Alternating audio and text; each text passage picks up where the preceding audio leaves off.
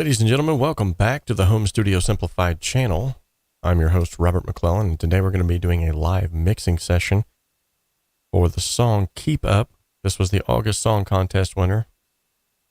Very excited to get into this one. And if you're not familiar with what the song contest is, we have one of these every single month. These are monthly song contests. So that means every single month you could submit something. You get some live feedback, some constructive criticism on your mix, not only from myself, but from awesome individuals in the community as well. If you'd like to learn more about that, there is a link in the description of this video for you to follow that and then go and check out and see what that's all about. You can even upload your song right there within the form as you're learning about that. Along the same lines, if this is your first time here, this channel exists to simplify the complexities of the home studio and to help you make professional sounding music in a less than professional space. The motto around here is that we can dream alone, we can even create alone, but together we can achieve so much more. And speaking of togetherness, here's some awesome people who have got together to help keep the lights on this channel. These are individuals who are either monthly Patreon members, YouTube members here on the channel itself, or they have donated through the super chat feature that you can see now in your chat, or they've even donated through PayPal. Thank you all so much for your generosity. It has not gone unnoticed. I love each and every one of you, and I thank you for your ability to keep this channel going. And because of that, we are able to do things all the time that a smaller channel like this could not normally do, like giveaways. If you look in the chat right now, you should see that I have created a poll talking about a giveaway. Now, if you did not know, now you do. We are in the middle of a giveaway right now. We are about to top out at 10,000 subscribers. Folks, this is unheard of. This is an era that I did not think we would reach. But we are, and we're quickly approaching that number. And so I want to celebrate by giving back to you. And I've reached out and had some awesome sponsors approach me as well. And we have some amazing giveaway prizes that's going on.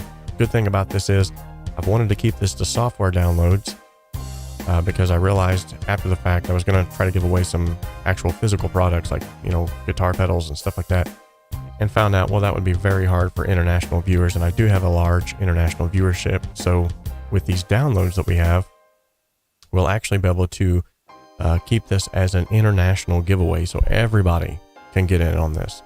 If you want to know exactly how to get in on the giveaway, it is super simple. I'm going to post a link in the chat right now to help get you in there.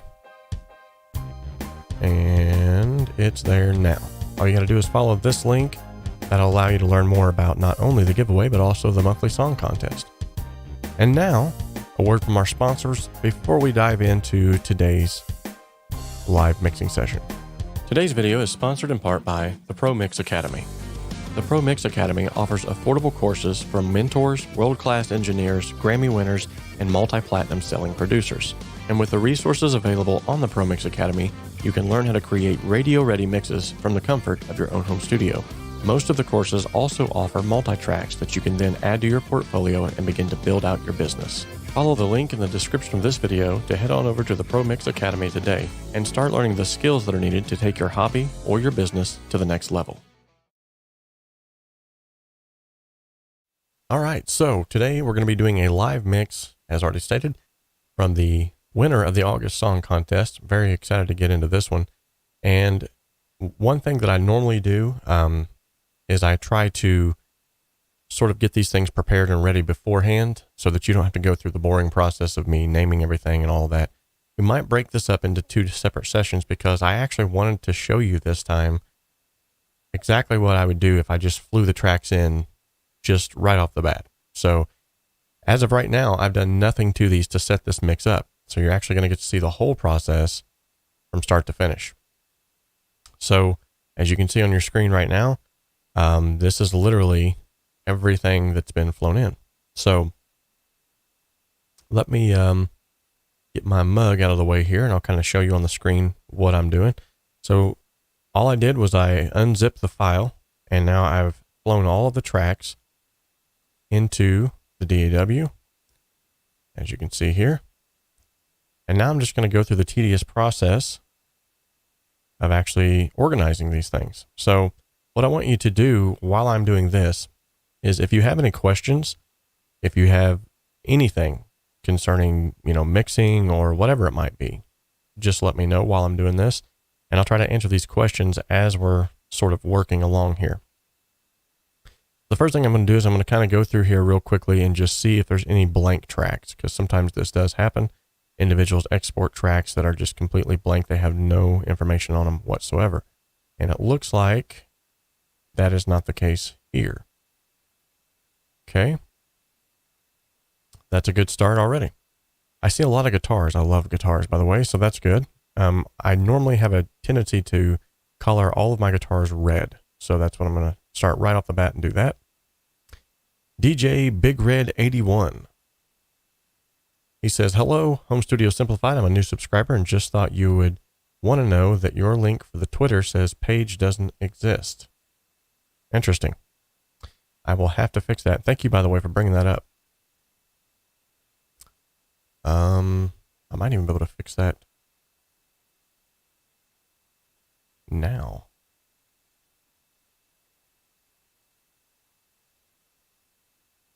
Would hate for you guys to enter into a drawing that you can't even use. I mean, you can use it as of now, but it's not allowing you to get that extra added oomph there that you could get. So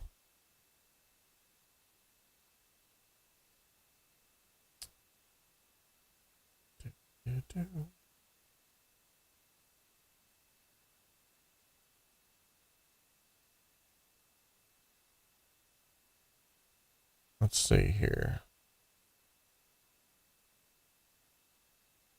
I think, if I'm not mistaken, I think that's one. Yeah, I think you get 1 point for that. All right, so I may have to fix that after this so that we can actually get into this mix.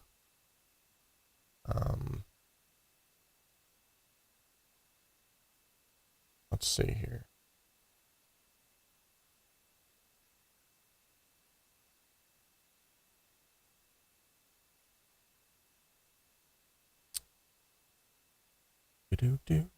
Nope, that's not it.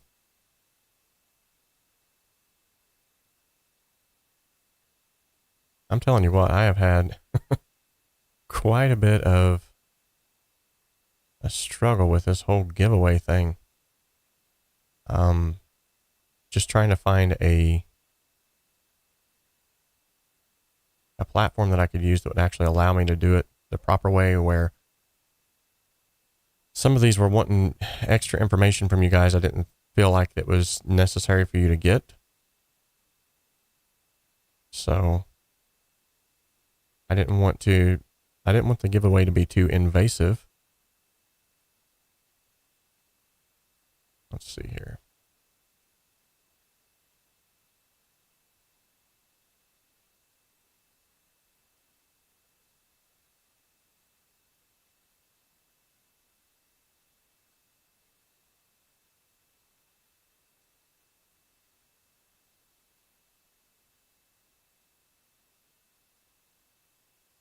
Dun, dun, dun, dun, dun, dun, dun.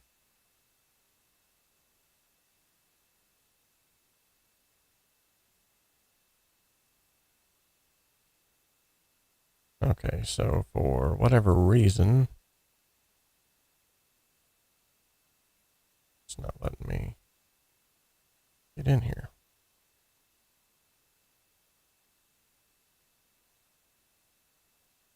So yeah, I will probably have to do this later, just so we can get in on this here. Thanks for letting me know that, by the way. Oh, now suddenly it's going to let me get in there.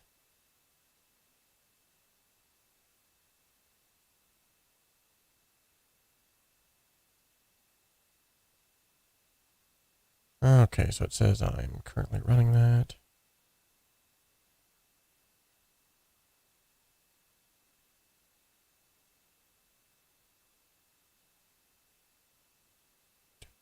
Let's see here, Twitter.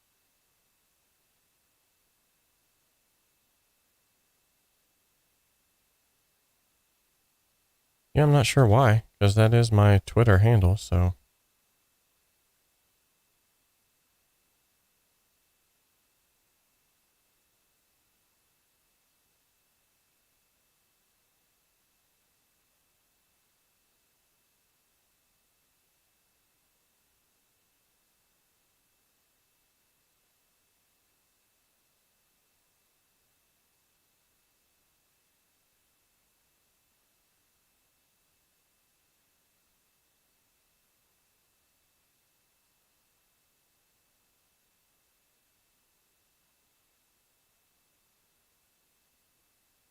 Okay. Yeah, I'm not sure why it's saying that, man, because it's showing up here. That's the right Twitter handle. Maybe it's just on your end. Not sure. Anyway, it also appears that the options to get points is not working. Instagram has another no bigger.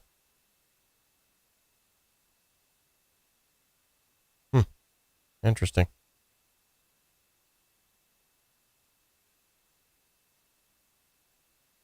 That's weird.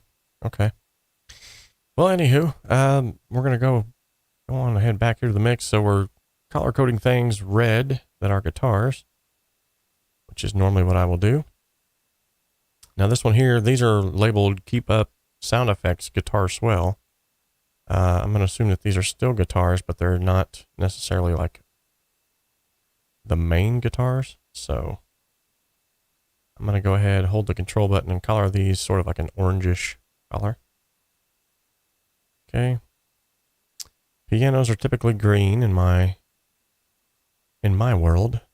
If I was Bob Ross, in my world, happy little pianos are green. Okay, then we got some vocals. My vocals are always blue. Okay. And I usually just go with this default blue over here. All right, and bass is always purple. Here's another bass. Drums are always gray.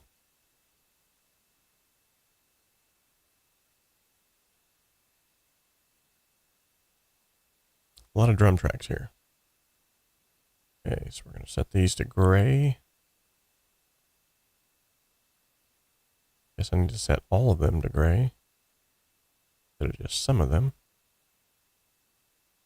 There we go. Here's another guitar. Gotta love these guitars. This one looks like a more... Yeah, this is a lead, so this one definitely looks like a more involved guitar track. Rhythm guitar.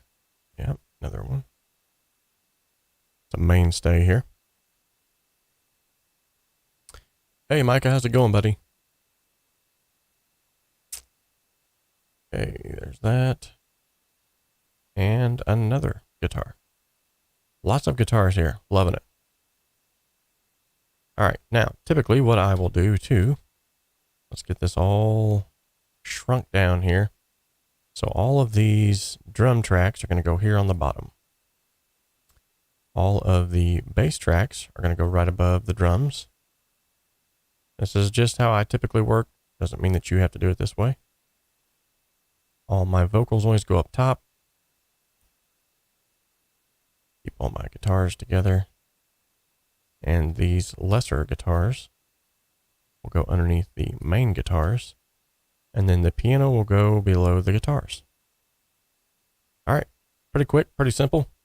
Let's give a quick listen with all of the faders just at unity. And by unity, I mean right at 0, just to kind of see what these are going to look like.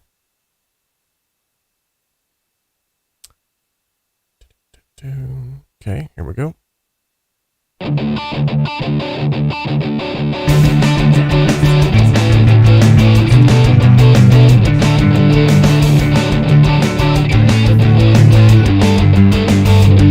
Okay, so this is where the beautiful rough mix comes into play.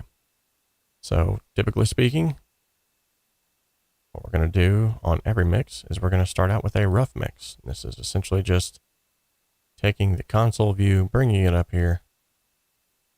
We're going to highlight every single one of these tracks, bring all the faders down. Next, I'm going to open up the Pro channel on all of these just to make sure that those are set on the up and up, and they are. Let's go ahead and enable the Pro channel EQ on all of these. Okay. We're not going to do console emulation as of just yet. Now we're going to open up all of these. Okay. Good deal, Pickle. All right, so these two buses, the metronome and the preview, I'm going to go ahead and delete these two. I'm going to create one for vocals. And we're going to keep that the lovely blue color. I'm going to create one for drums. Keep that this lovely gray color. Okay. Guitars.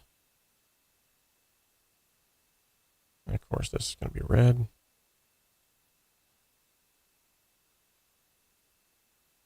And now, much like my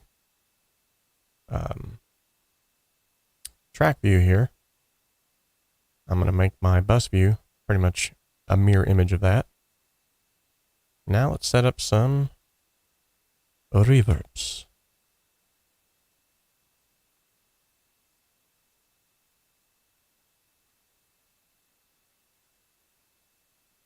We'll do reverb small, medium, and large this time again.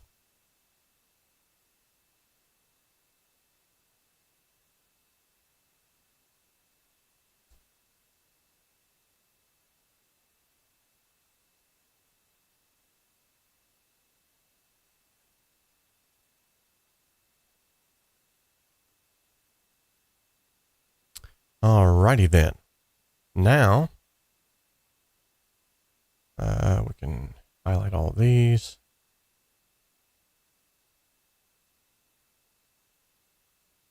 Okay, so all of these are looking pretty good. Turn on the Pro channels on all these here. And I noticed this one doesn't have console emulator on the bus. So we'll change that. All right, collapse all that down. Now we got a good starting point at least. And all of the faders now are brought down to negative infinitum.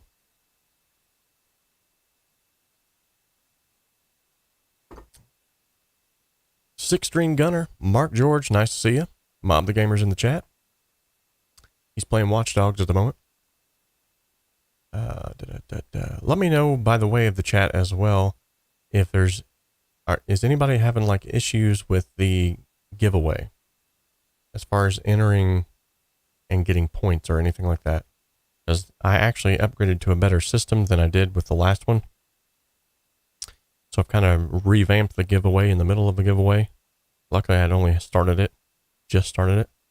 So it's not too crazy. But yeah, let me know in the chat. So we're going to go ahead and hit play on this, and we're going to start getting some rough levels for a rough mix. I'm just going to highlight one of these guitar tracks, hold the Shift button and L to loop this.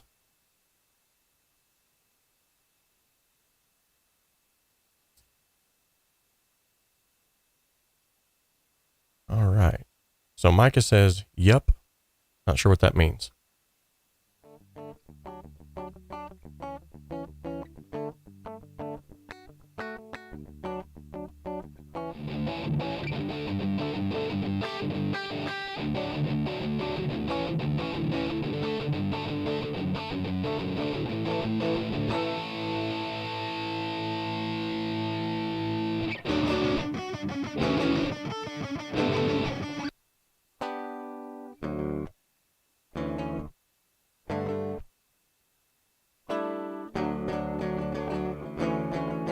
Ah, okay. So I see what he did here is he gave me the raw tracks, like the original, and then he gave me the ones that he had affected. So he gave me sort of the regular without amp effects based on it. And then he gave me those that did have the amp effects. That's pretty cool.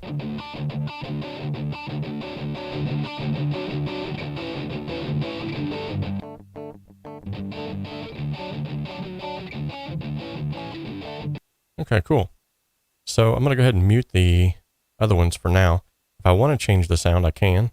But typically speaking, I want to go with whatever the individual has given me, as that was probably their initial vision to begin with. So we're going to go ahead and roll with that.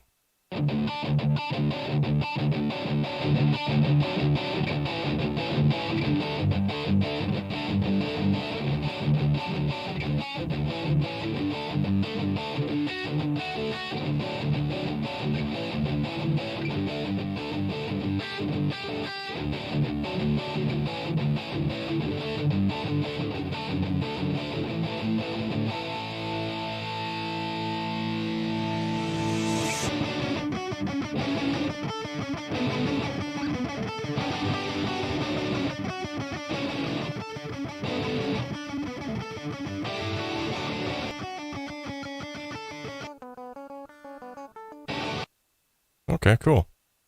So apparently he's given me that one as well to work with. Very cool.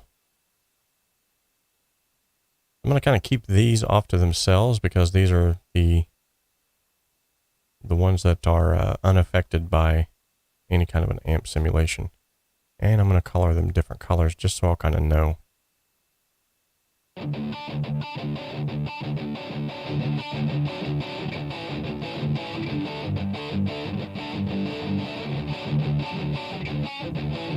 Yes, they could be actually.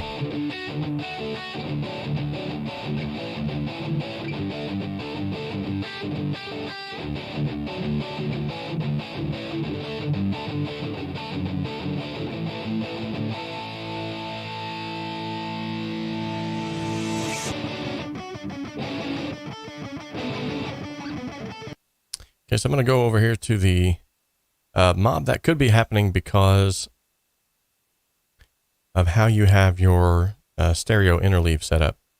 So you'll notice that, like if you have, say for instance, if you have a stereo effect on your bus and you have a mono track being sent to that, it's typically going to, the way that that's going to work is it's actually going to,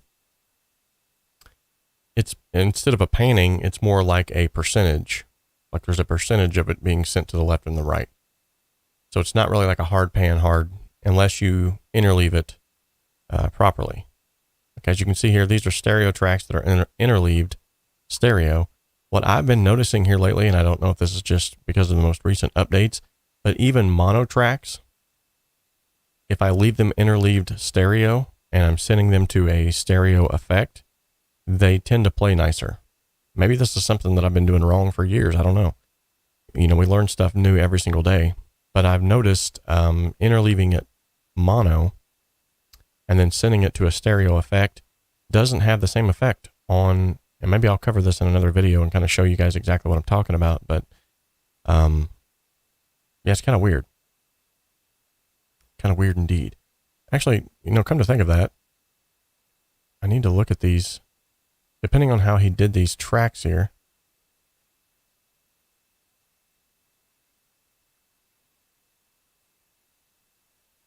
Yeah, he's got these set up as stereo tracks. I think they could actually be squashed down to mono. It is, after all, a guitar. So I'm going to go ahead and do that now. I want to listen real closely to the guitar first, and then whenever I squash it down, just to see if there's any huge difference here.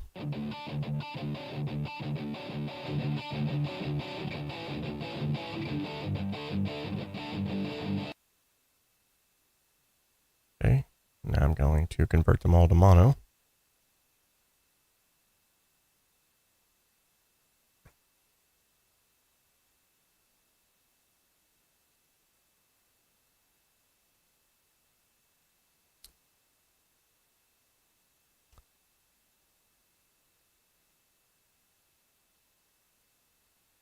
Yeah, so the phase did look okay. The thing about that is if the phase is identical in both the left and right channels, that usually means it's not stereo at all. Or if it is stereo, it could actually still benefit from being folded down to mono.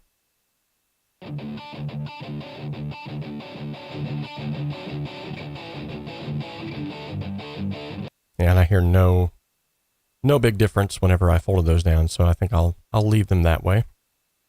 They don't necessarily need to be in stereo. Now, there are some instances where that makes sense.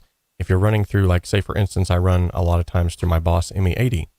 Now, the 𝗵𝗵𝘃 is a stereo effects pedal, so it will actually get information to the left and right stereo fields, and that actually makes sense to leave the guitar track in a stereo format. Intrinsically speaking, though, you're running a mono cable into a mono source recorded with one microphone. If you're recording it, if you're micing it up, if you're DI, that's definitely a mono source. So there's really no need to make it a stereo track. X.E.L.O. What is up? 𝗚𝗲𝗿, by the way, is a newbie. Let's give him a big round of applause. Thanks for stopping by the channel today.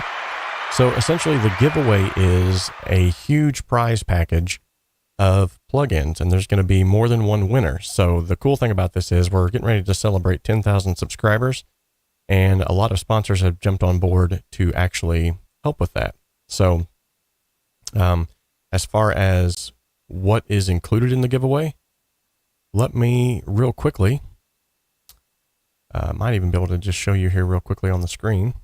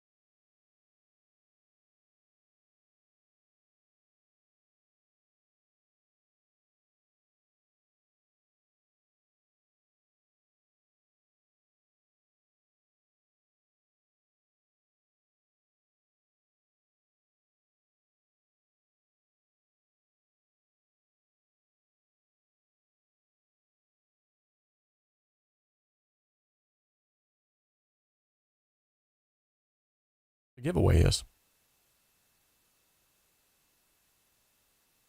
Oops. I just realized.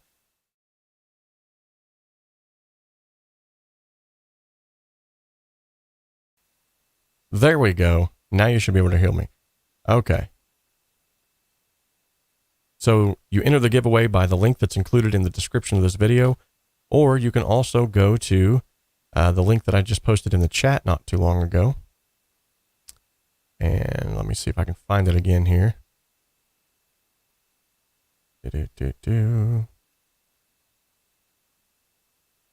Ah, there it is.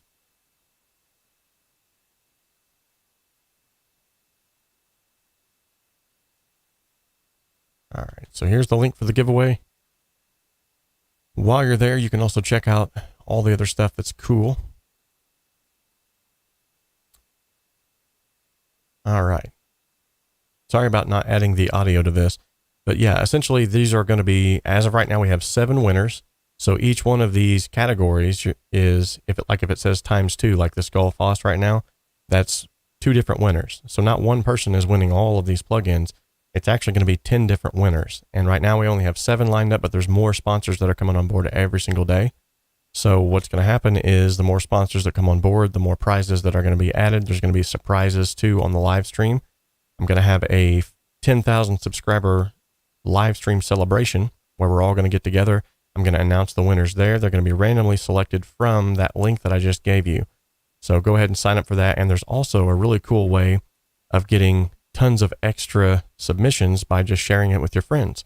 So every time you share it with your friends and they click on that link and they enter the giveaway through your link, you get an extra 3 entries. So just kind of a nice way to kind of help to share it, and it also incentivizes it for you. All right, so back to the mix. No, thank you, M. By the way, M is a newbie on the channel. What do we do for newbies? Oh yeah, big old crowd cheer for you, buddy. All right, so let's go back to the mix now. Shiny objects, squirrels. What I was wanting to do is awesome. Now, granted, one of the big caveats to this is you have to be a subscriber to the channel to win. If you're not a YouTube channel subscriber, you are automatically disqualified. This is the whole point of trying to get more subscribers to up to that 10,000 mark, because we can't give it away until we reach the 10,000 mark. So that's why I've given myself 60 days, all of this month, all the way until the end of October is whenever it will end. So I think that should be enough time for us to get an extra 500 subscribers. So with that being said, I wanted to check out these guitar swells and see if this was the case on the swells as well. And what I mean by, is this the case? I wanted to know if, did he give me DIs?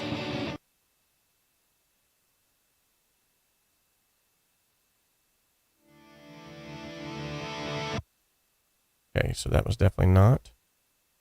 Let's check these out now. Okay, so those were all different guitar sounds. That's what I wanted to know. Cool. Good deal. Which already that makes me happy, because that means that he's put a lot of thought into the arrangement. And just as we've talked about several times on this channel, arrangement is key to having a great mix and ultimately a great master. Which, by the way, if you have not checked out BandLab's mastering feature, you need to check it out. If you ever heard of Lander or, several of these other online mastering platforms that do sort of an algorithm-based mastering, this one is pretty stinking good. Now, obviously, it's not as good as real human ears mixing and mastering for you. It will never replace that. But if you're financially in a struggle, or you just don't have the confidence to send it off to somebody and you want to hear what it might sound like mastered, BandLab's mastering is pretty spot on. Very quick too. In fact, I'm getting ready to release a video on that here shortly.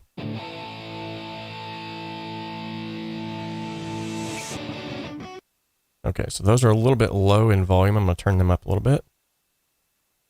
All we're basically doing is just getting some basic level adjustments right now.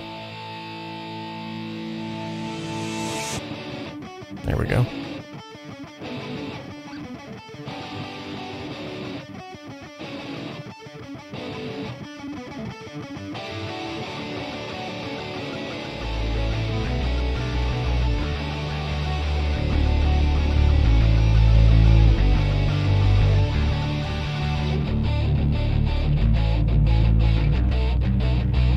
Nice. Hey, best wishes to you, 6-string gunner.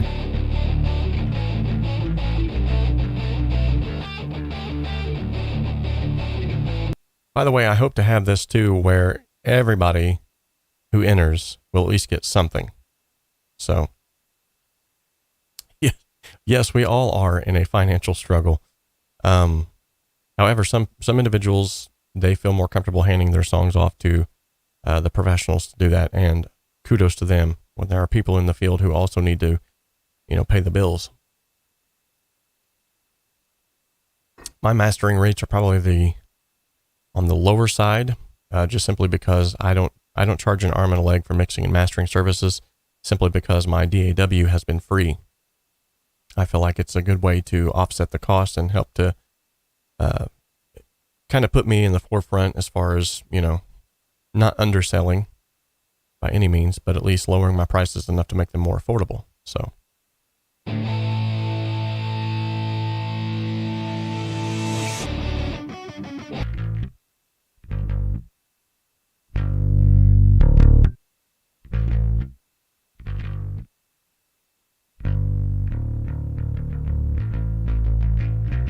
That's a really nice bass sound, actually, especially for this genre.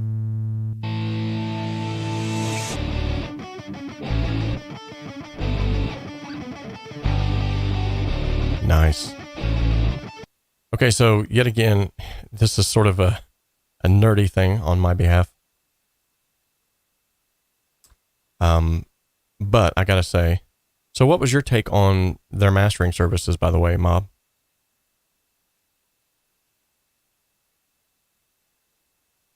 So, yet again, a little bit of a nerdy thing on my behalf, but I like to have my kick first and then my snares after that. Simply, I like to have my kick and my snare next to each other because I can see the transients. And that's another reason why I have my bass just above that. That way I can see exactly when the bass hits and the kick hits. So I can kind of get a visual representation of exactly when the bass is hitting. If it's hitting at the same time as the kick, like spot on, then I'll know I might need to add some sidechain compression to the bass, and if it's not and it still sounds buried, it's just an EQ issue. Typically speaking, most bassists try to either drag a little or push forward a little. I mean, if it's a real bass guitar, and that's really what gives a song good groove. So sometimes it's almost a given you're gonna have to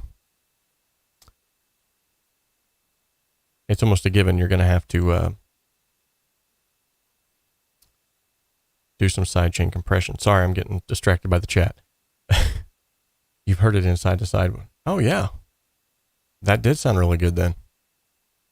Good deal.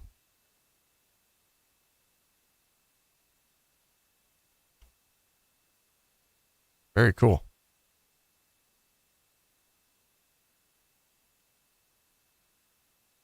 Awesome. So, kamikaze shots. That's a great tip. Well, thank you. All right. So now that I've got that all set up, as far as the rest of this is concerned, the rides, the toms and stuff like that, I might set the toms up here closer to the snares and stuff like that. But the rest of it, I just roll with it, especially the cymbals and stuff, because I tend to not mix my cymbals and stuff really loud into the mix. So I try to make them to where they're still there. They're providing an element to the mix. Don't get me wrong, they're useful, but I don't want the cymbals and the crashes and things like that aren't like the star of the show to me.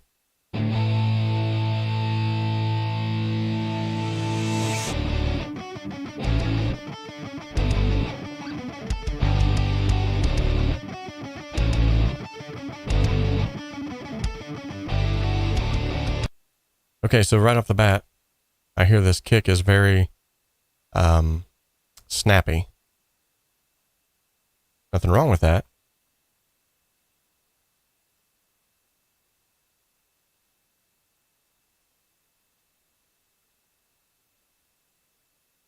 I'm supposed to be playing, sorry.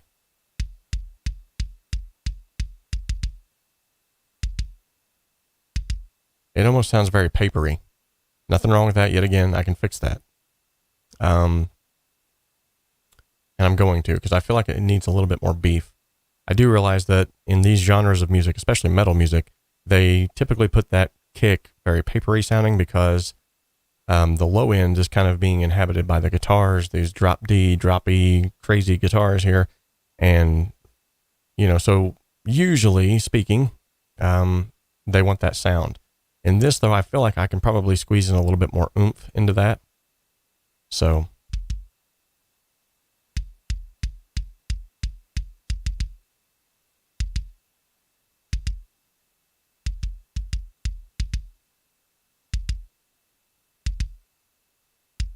Okay.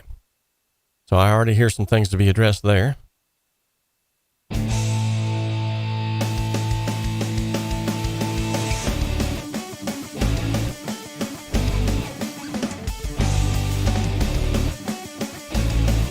Nice.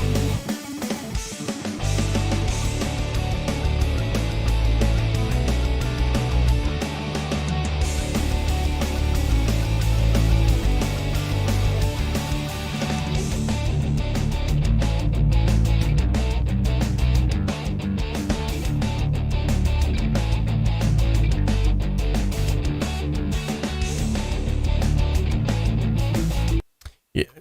I wish I could say your name, but it's showing up as some kind of crazy. I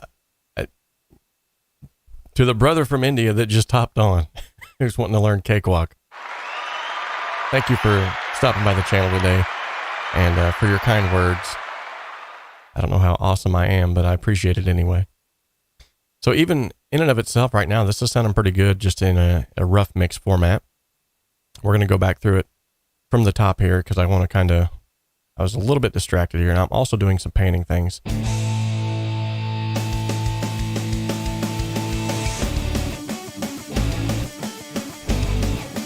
The swells need to be a little louder.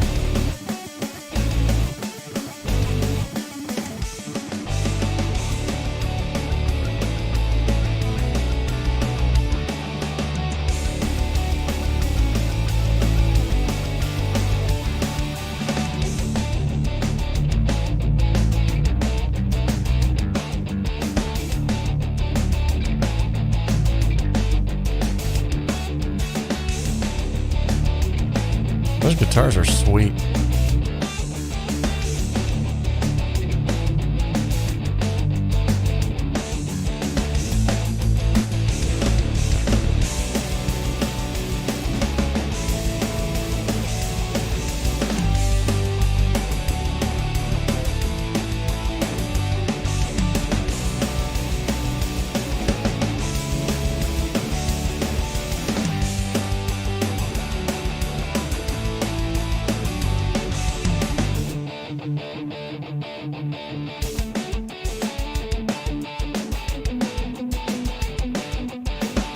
Okay. Honestly, I feel like that's a pretty good rough mix, like right off the bat. My name is 𝗦𝗵cie. I'm probably going to mispronounce that. 𝗦𝗵cie. I'm not sure. I'm just going to say to my Indian brother, unless you can provide some sort of pronunciation in there, which I'll probably still butcher it because I'm horrible with names. God knows I try. Okay. I'm not going to mess with the vocals yet. Now, if you've watched any of my live mixing sessions, you know that I always will typically mix with the vocals last. And the reason for that is because that's sort of the star of the show. I want to make sure that I'm giving them the full attention that they deserve. So when you're seeing this fly buzzing around my head, when you're seeing this mix session unfold, you'll notice I'm not going to mess with those vocals as of yet. So now that I feel like I got a pretty good grasp on the mix itself, I'm going to start sending these out to their respective buses. Okay, so I'm going to send all of them to the drums. Let's send all of these to the guitars.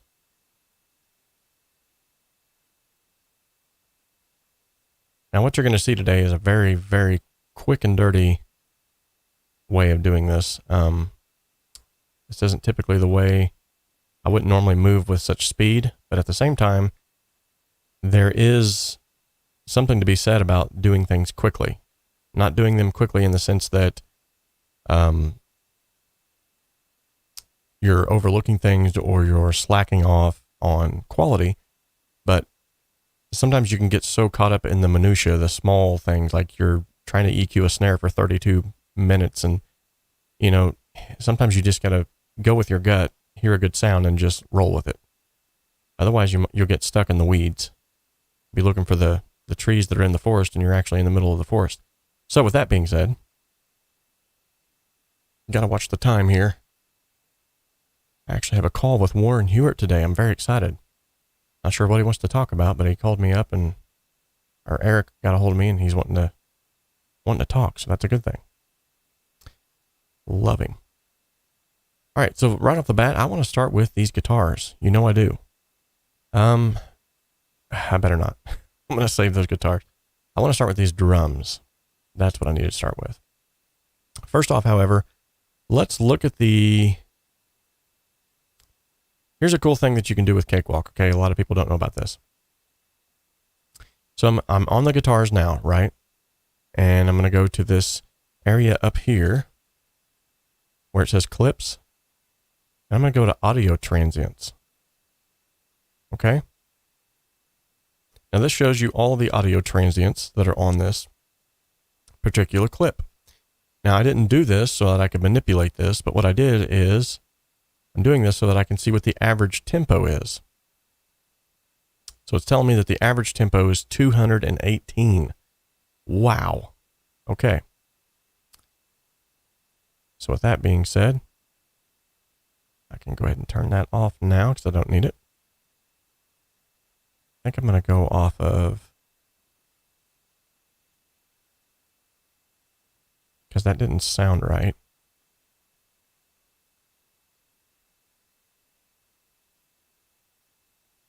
Not saying it's wrong. I'm going to go off the snare here. Let's see what the snare. What's the snare got to say? 90. Okay. That sounds a little bit more feasible.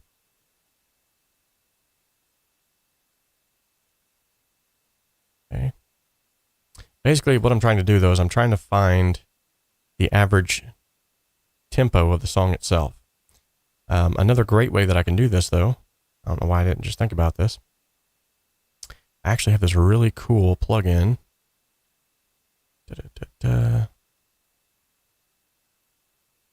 And it's under my tools section. It's called 𝗠𝗶𝘅.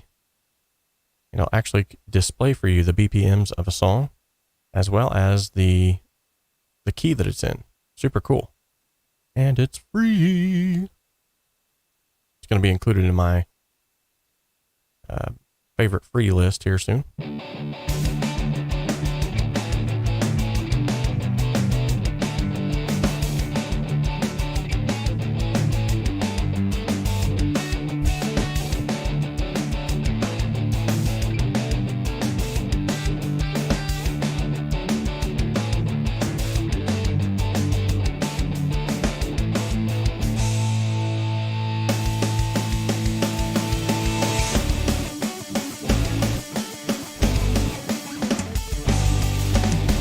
Awesome.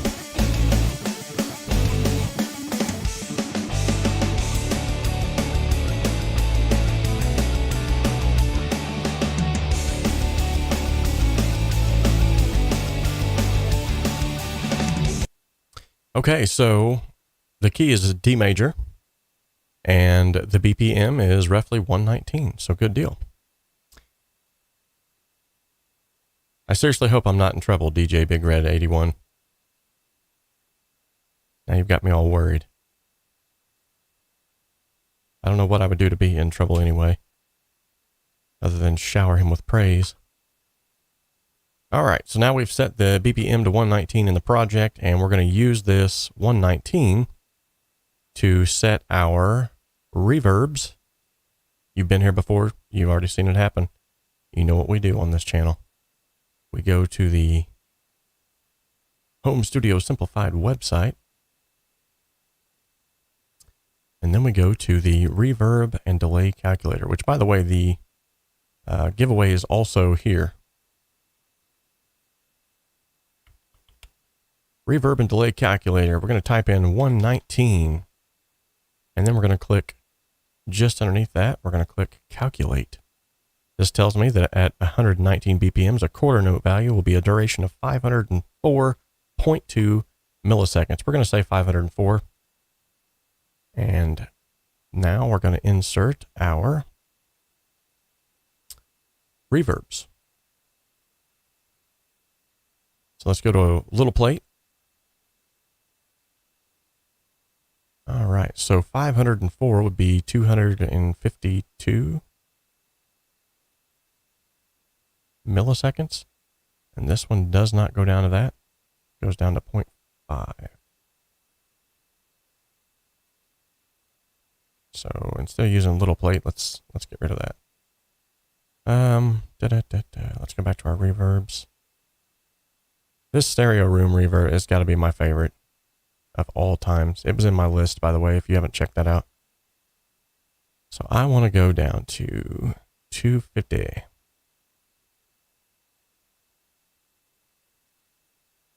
Now that is a very, very short reverb. I'll set that all the way to wet. We're going to take the gain at 1000 all the way down.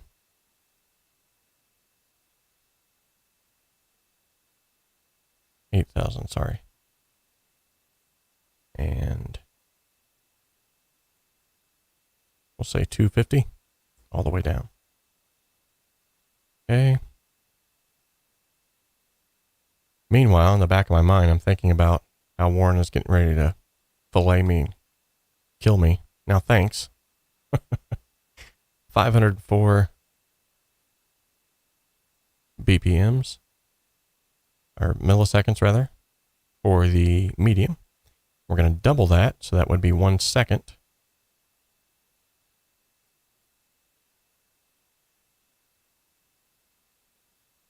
All right, there we go. Now on to the EQ, because you have to EQ your sins. It only makes sense to do so. Now, you're probably thinking, well, you just EQ'd it within the plugin. That's fine. I just want to be sure. I'm going to take that down to about there, about 8,000. 8,000 is a good range because, yeah, anytime, huh? Will Warren Hewitt kill Robert McClellan today? Probably not, because he's in Los Angeles.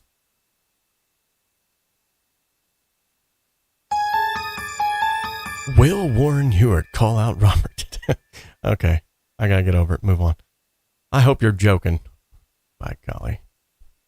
Okay, so I'm gonna go ahead and these are gonna be completely EQ'd. And what I was saying was it's good to roll off the EQ all the way up to 8,000 because that's usually where sibilance comes in and cymbal harshness comes in. So if I can EQ that out of the reverb, it's going to make my reverb sound a lot better. Also not going to muddy up the rest of the mix. Speaking of muddying up the mix, I'm going to go ahead with these guitars as well. Shave off everything below. I'll start at 100. Stay tuned. You know what you're doing. Okay. Drums. Everything below 40 is going to get shaved off. We're going to go right to the 400 hertz range and dip that out.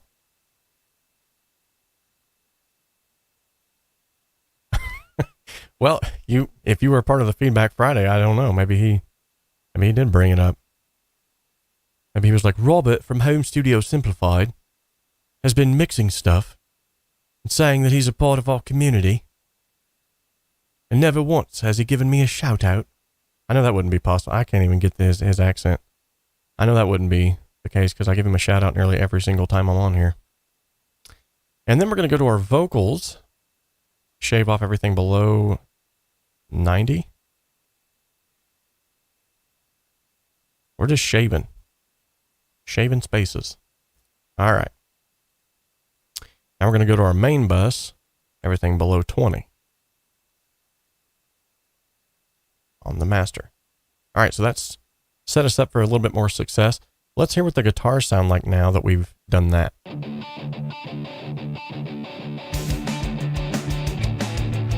There's already been a little bit more clarity added to the mix. No joke. If I take this out, listen.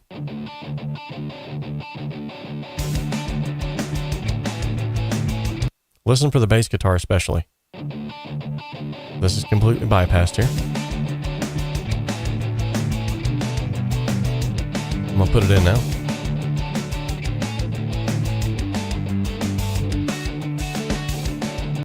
As you can hear, we don't all sound like Dick Van Dyke in the... Hello, this is Warren Hewitt, and I hope you're doing marvelously well. I love that guy. Okay. Now, he's probably secretly on the channel right now, just like lurking in the shadows, like, anyway, like he would have time to check my stream out. Okay. So the guitars definitely did clean up a little bit, but I'm still going to apply the EQ to the main tracks as well. Like I said, that was very subtle, but it did make a difference. And as I have stated many, many times on this channel, subtlety is key when it comes to getting a good mix. All right. As much as I want to start with these guitars, I need to start with the drums. I need to stick to what I know is right. And I typically only start with the drums because I feel like if you can get that, then you've pretty much got the rest of it. All right, let's start with this kick.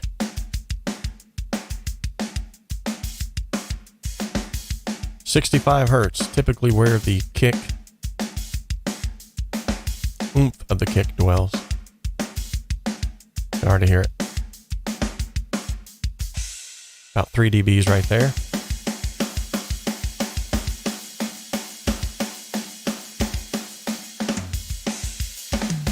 So now not only does it have that papery sound that he's looking for, but it also has a little bit of oomph behind it. So that's always good. Gonna go to 400 Hertz, dip that out because that's where the body tends to muddy up that oomph.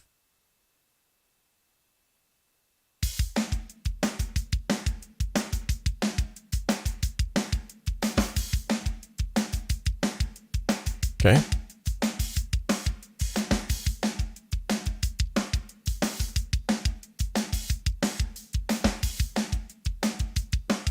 And then I'm going to go ahead and accentuate that papery sound, as I keep calling it, because evidently that's how I wanted the kick to sound, so I'm going to leave it like that. Now I'm going to insert another free plugin, which you can still get access to, but used to be included with Cakewalk by BandLab, or Cakewalk Sonar LE, or Cakewalk Sonar Platinum, and that is Bark of Dog. This thing is awesome. So I'm going to set the frequency to about around 65 Hertz. Turn the amplitude all the way down and slowly start blending this in.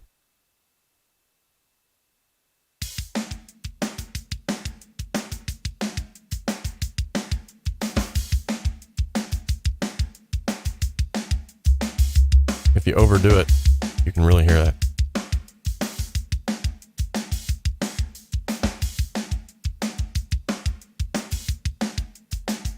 Before, after.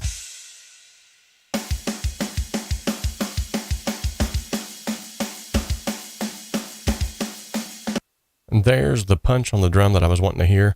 I don't want to like overdo it. It doesn't need to sound like a bomb going off. At least not on this mix, but it does need to sound a little punchier. So now let's work on the snare.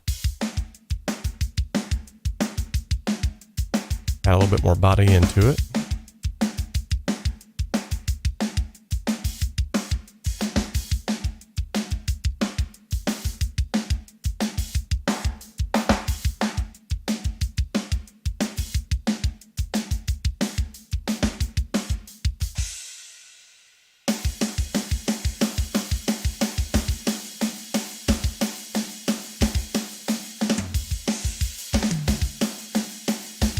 Those toms actually don't sound too bad in and of themselves. Okay.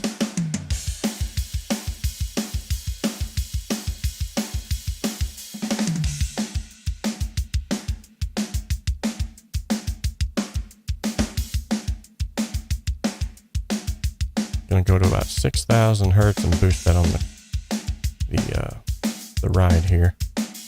Shave off everything below that. Dip out a little 1200 Hertz because that's usually like a nasally area. Beautiful.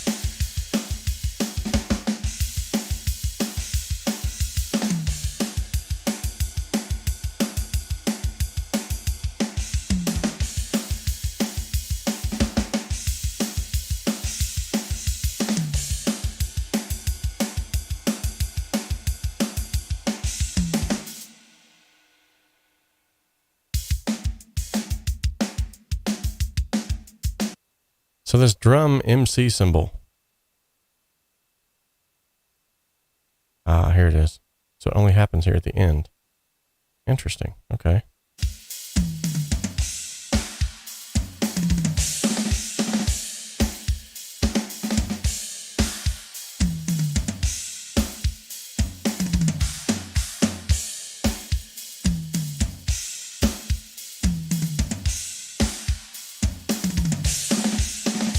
Okay, now that I hear those toms, in that sense, there's something I'm not liking about them. So let me go to these toms here. Just loop a section of them. I want to hear them in solo.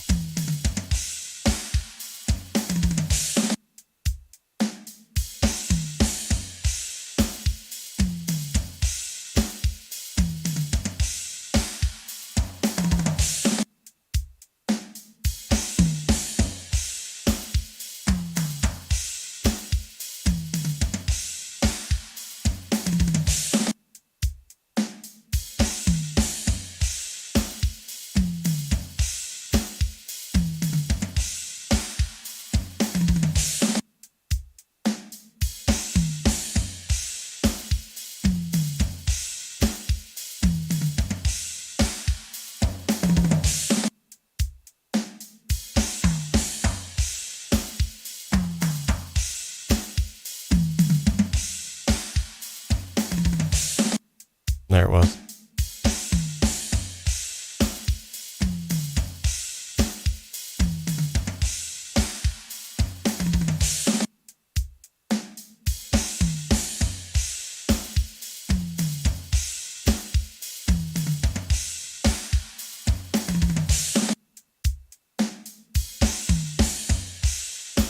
Okay.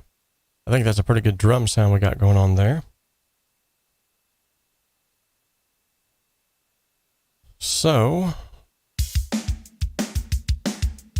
now I'm going to do what I typically do on drums is I always add this tape emulator. It does something for drums that's just absolutely amazing. I like to lock this portion here, and then I can bring these both up and it will turn down the playback level together.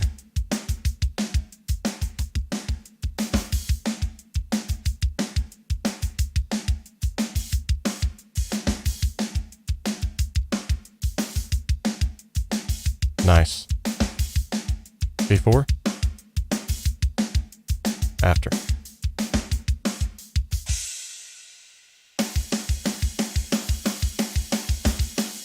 Beautiful, beautiful. Okay. Yet again, very subtle, but it gives the drums this round sound. The cymbals begin to sort of taper off. They sound a little bit better. In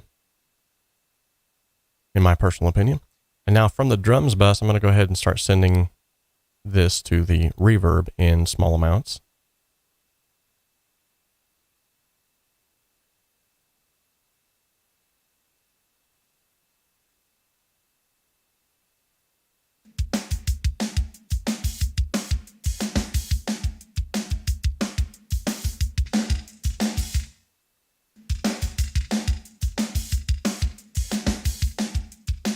Okay, so that definitely gives it a little bit more depth there.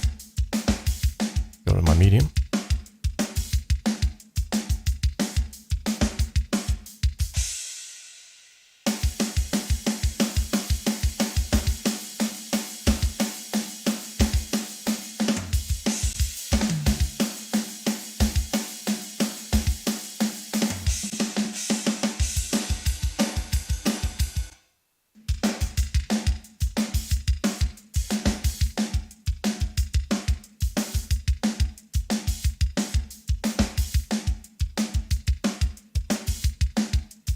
Okay, for this particular genre of music, the drums don't necessarily have to be drowning in reverb.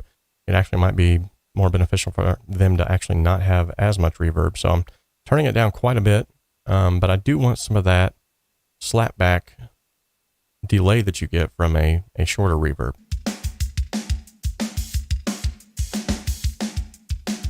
That sounding pretty stinking good in my opinion. Now I'm going to move on to the bass guitars. And if this fly does not quit bothering me.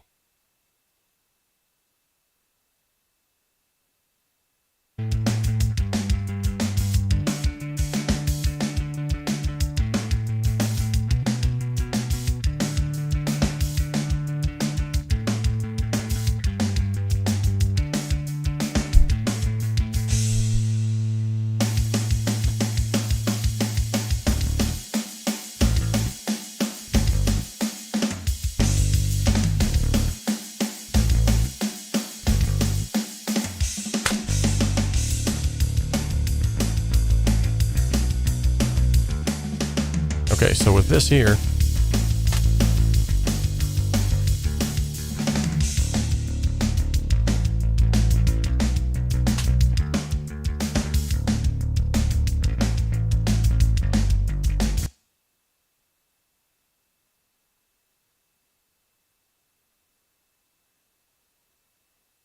so essentially on the bass guitar, it sounds like we have,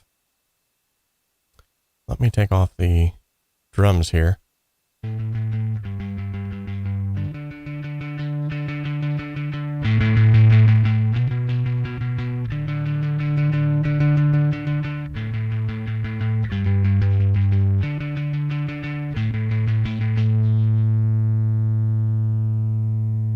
Okay.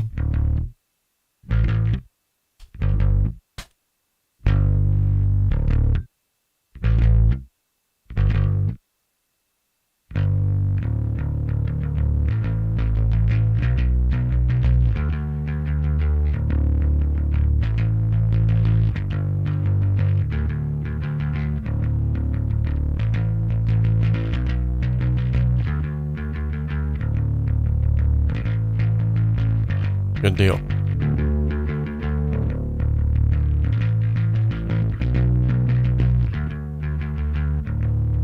I mainly just want like the low here because I'm going to get my high-end sparkly stuff from the DI source.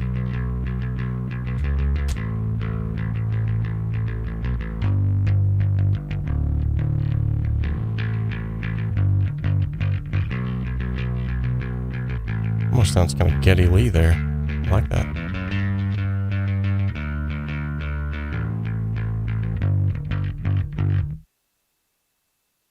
Okay, same thing with this one. Because it's kind of lacking the low end department here.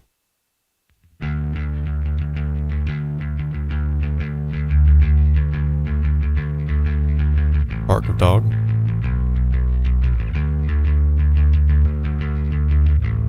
Don't want to overdo it.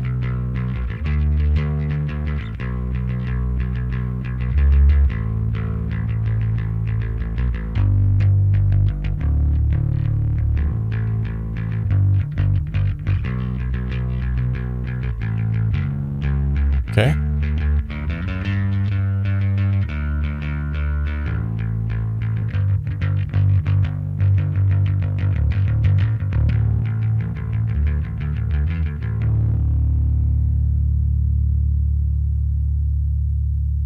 Okay, so with that being said, I'm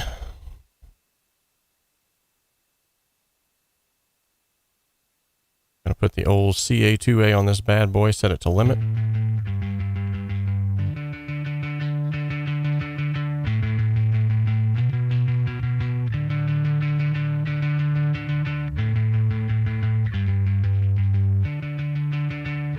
As you can see, it's doing exactly what it's supposed to do.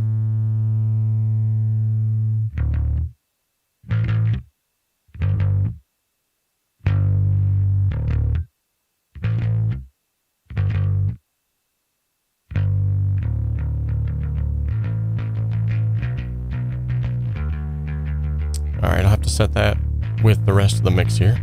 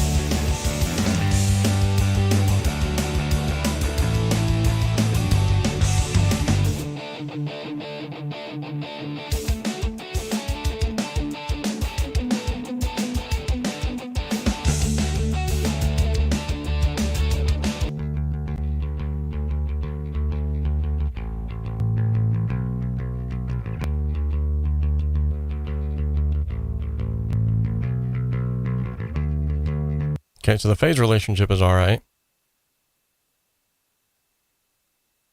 Usually when you have a DI source and an electric, you have horrible phase problems. I'm going to check that. Nope. That is correct. Phase is good.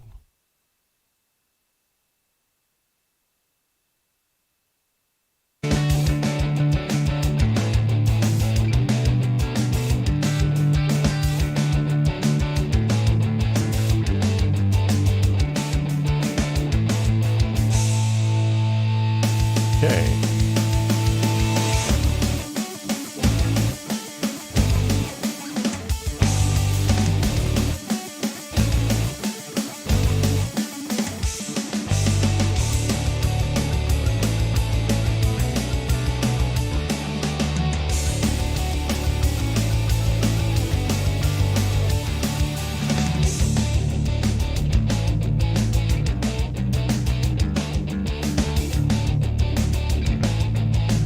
Nice.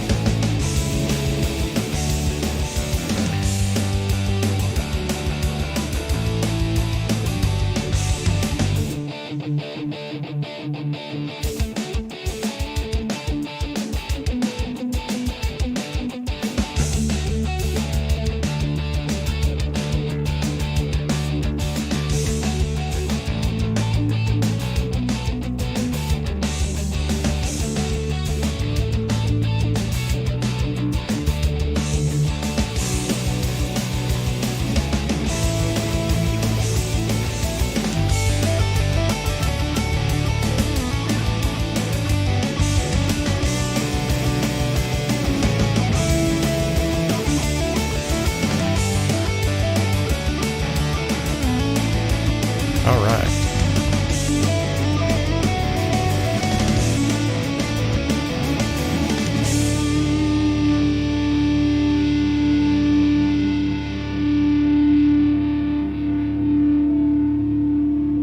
Okay.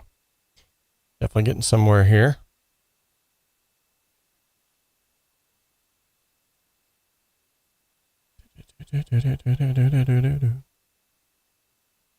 It's got a very Green Day-ish sound to it here.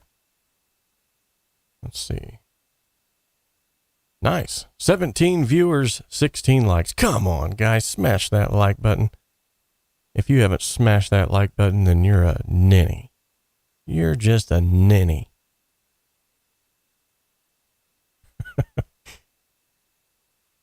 Nice bass edge, says Micah. Don't know if I killed that fly yet, but I got really close to him. By golly. I'm going to go ahead and put small reverb on every single one of these here. Pan them accordingly. And from here, let's see. I keep seeing this piano track, but I'm not seeing it do anything. It's not until the end. So this is what I want to work on next. I have a feeling that the rest of that's kind of...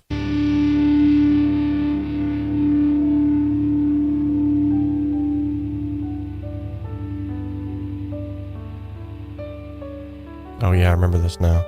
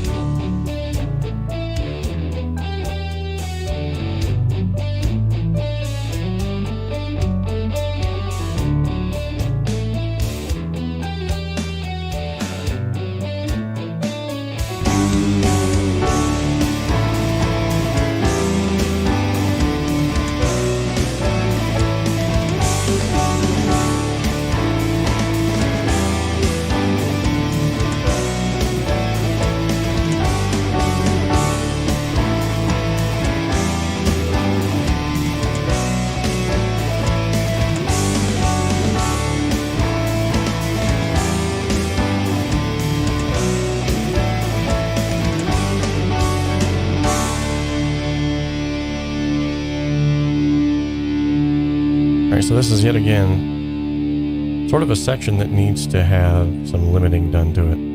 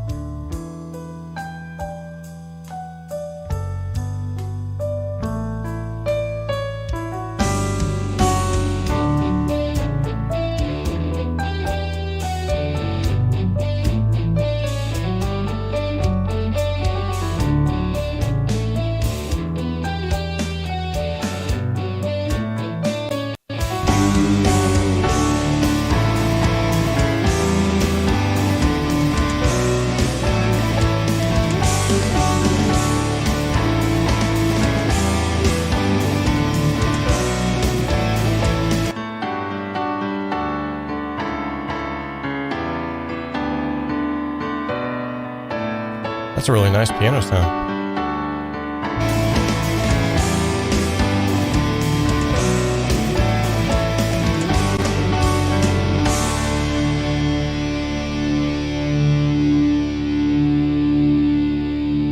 Okay, let's hear that one more time in context with the mix here.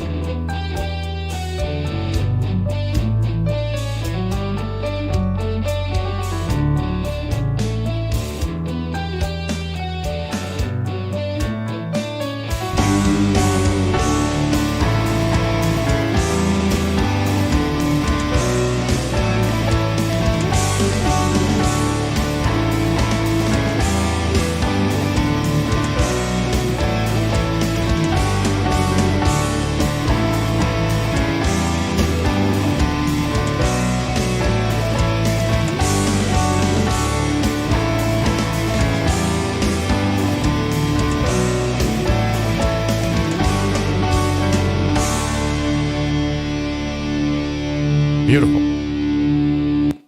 All right, now we're starting to get somewhere, and we've done very minimal of anything with plugins, as you can see, and we're already coming to a pretty good point here. Hey, Tall, someone's back. Good to see you, buddy. Haven't seen you for a while. Not because you're new, but just because I haven't seen you for a while. All right. Let's go back here. And let's go to the I'm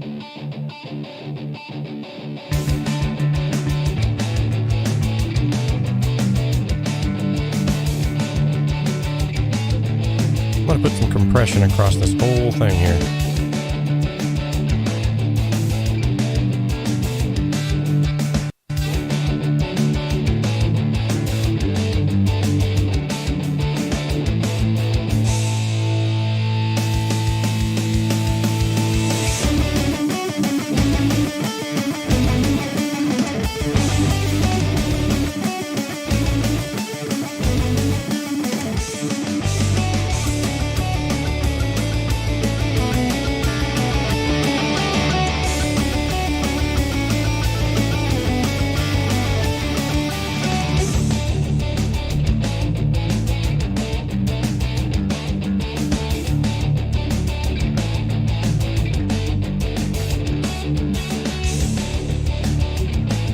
Without it, with it, nice.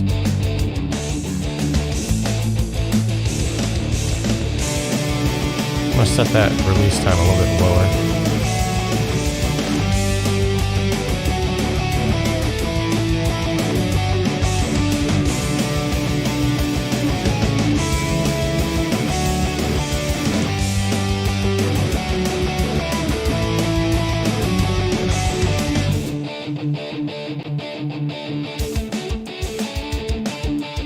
Okay, next.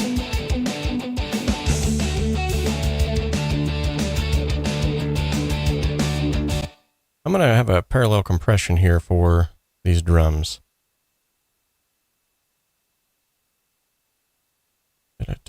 Let's see here.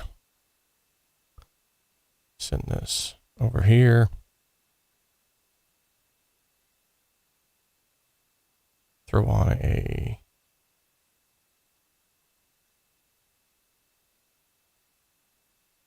get something with a little character here this time.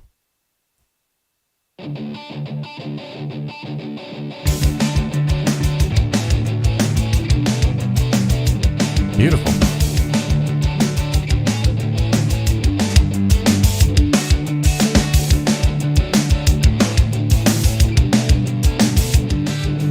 I'll blend that in there.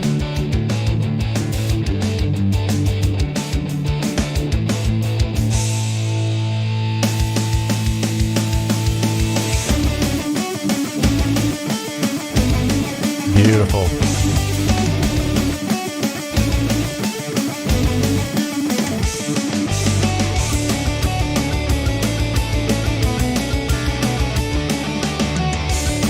Man alive, that sounds tight. Nice. Okay. Next thing I'm going to do, though, is I'm going to take all of these faders and bring them down just a tad bit.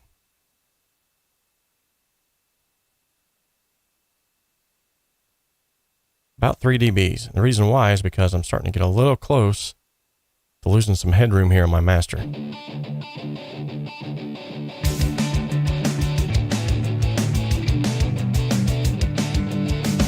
I think after that last move too, I can actually turn up these bass guitars a little bit more.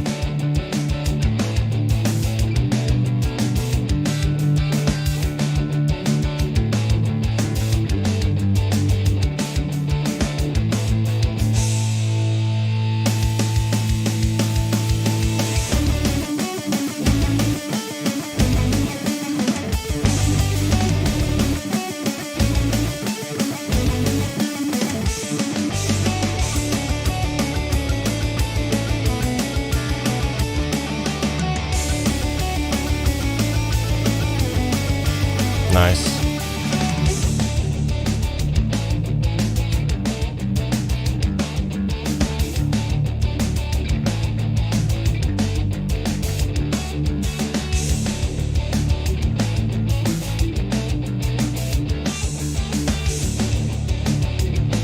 Okay, man, we've come a long way in a short time with very few plugins. Okay. On these guitars, I'm going to have to throw in a 𝗏𝗏𝗏 on there. And I'm going to throw it in before the compression.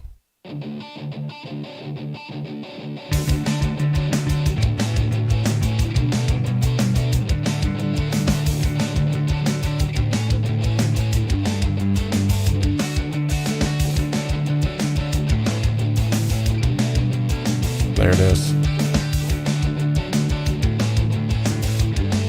Beautiful.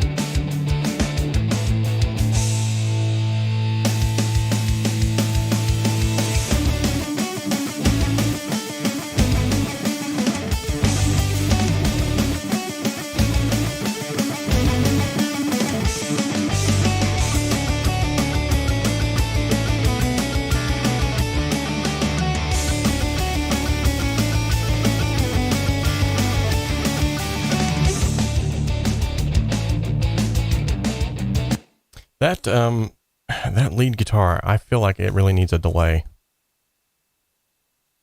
Like a quarter note delay or something like that. Let's see if we can't add something to that, just sort of sweeten that up a bit. This tube delay should be perfect.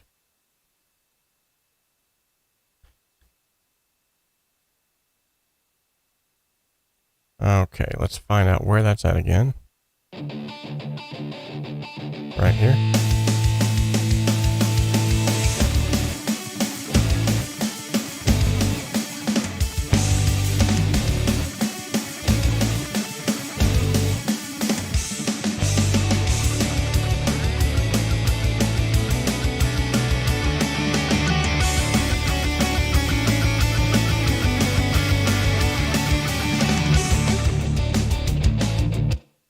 close, but no cigar. Okay, let's see here. Let's take this down to...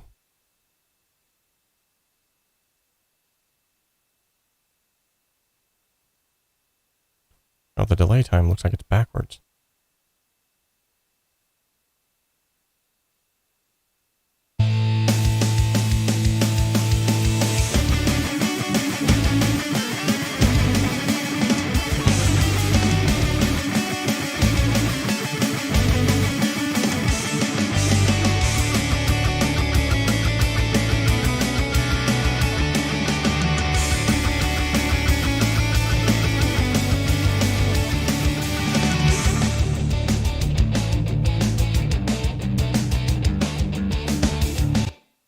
Okay. I'm going to loop that section.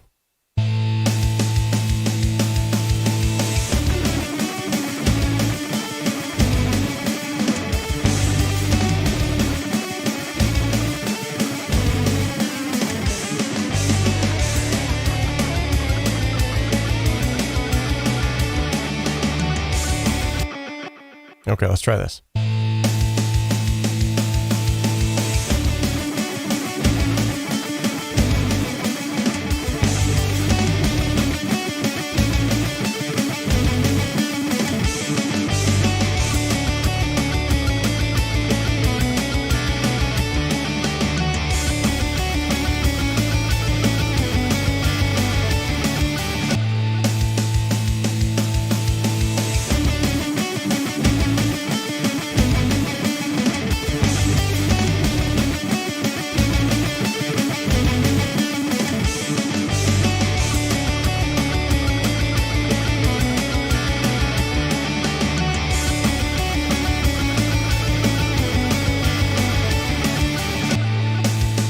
Okay, that's sounding pretty close to, sounding very close to what I'm wanting. This tube delay plugin is great because every instance of the delay that comes on, much like a tube delay, it gets degraded more so it doesn't step on whatever you're doing.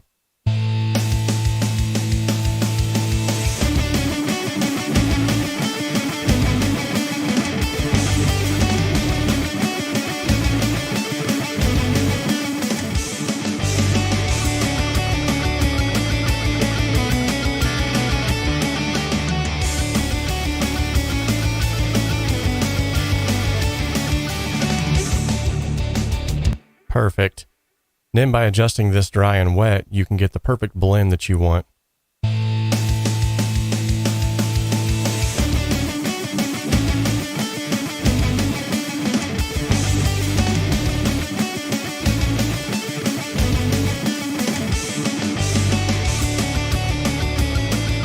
Now that sounds like what I hear in my head.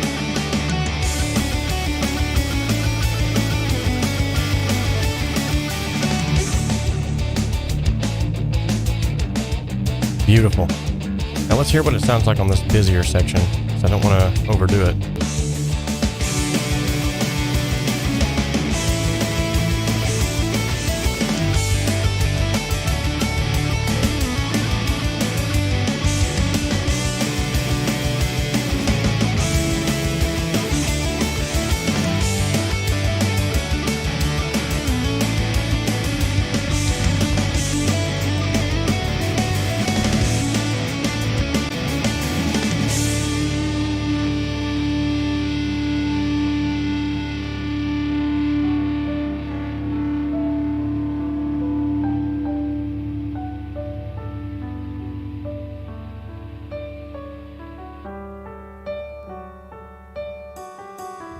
Okay, so right there, when that piano comes in, the delay, or the guitars rather, seem to sort of die out a little too quickly.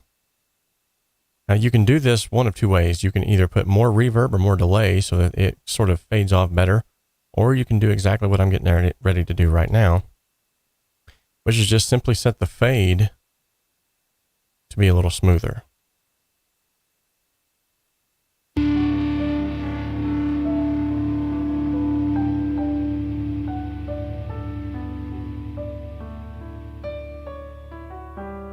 Okay, so as you've seen, there was no like abrupt cutoff now. like there was before. Try and do that a little bit better there.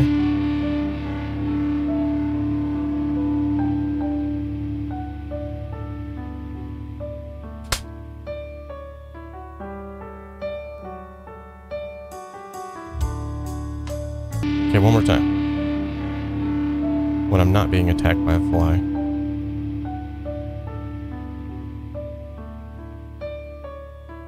Beautiful.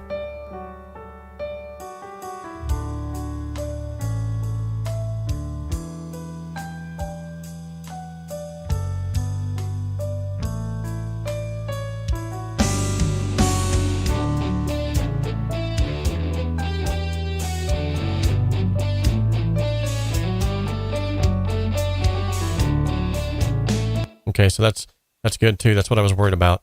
That compressor that I put on there didn't mess with the dynamics of that guitar, so that's great.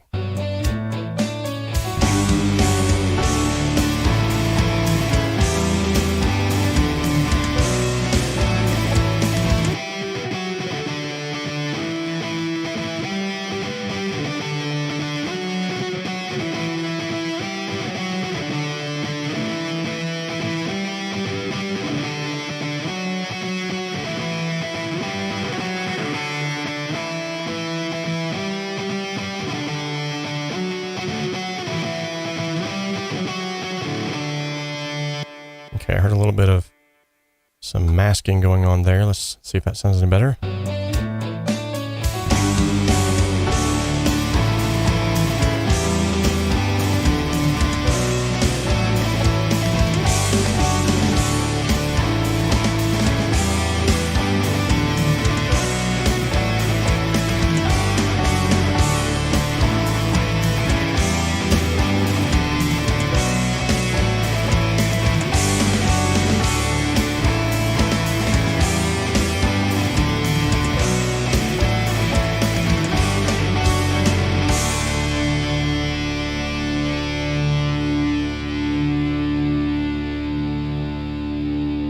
Nice.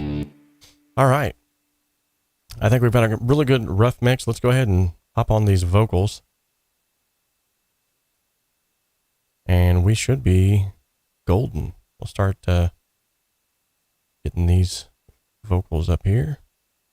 I'm going to put the console view over here on my second screen. So if I don't see the chat, I apologize. I'll try to get to it, but I want to be able to look at the project itself and the console at the same time. Okay, so it looks like this lead vocal actually needs to be on the top.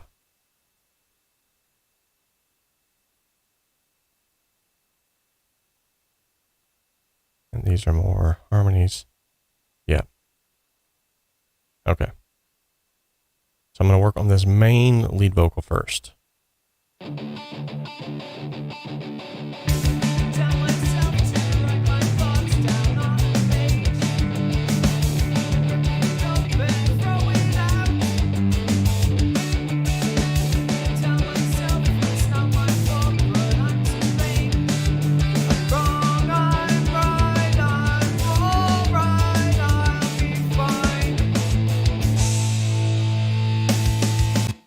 Okay, I'm actually just going to go in here and bring the gain up on this.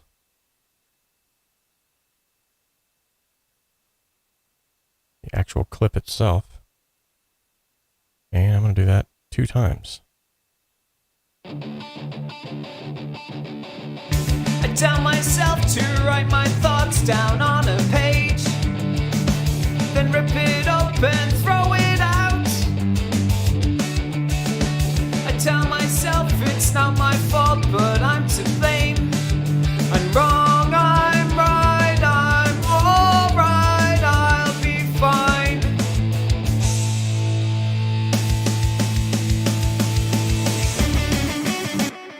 Okay, so chances are, if I had to increase that one by plus 12 dBs, probably going to have to do the same on these. I have a custom keyboard shortcut set up where if I hold Control and press G, That will automatically bring up my gain setting there.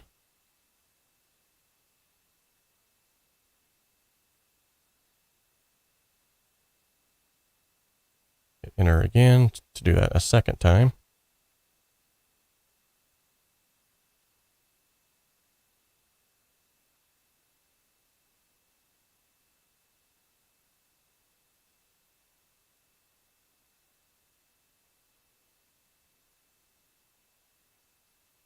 Okay.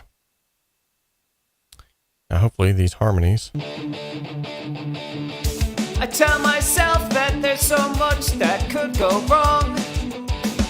I tell myself I'm not the only one.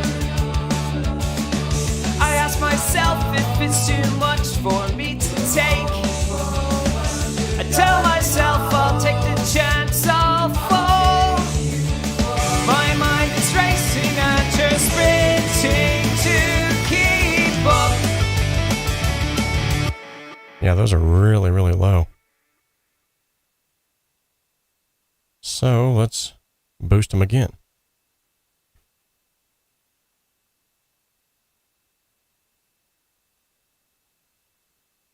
I don't know if that was done on the export. It very well could have been done on the exporting of the project. Because the song submission itself, whenever he submitted the song, I don't remember that happening.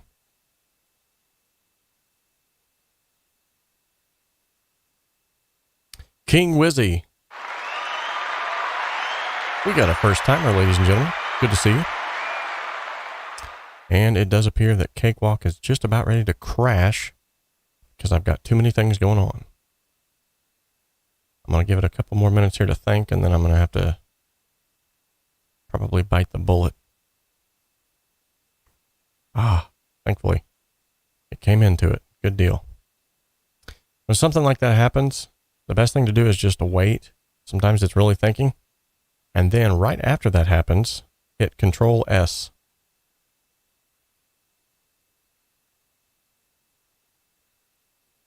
And save the stinking project. I'm going to save this as Keep Up.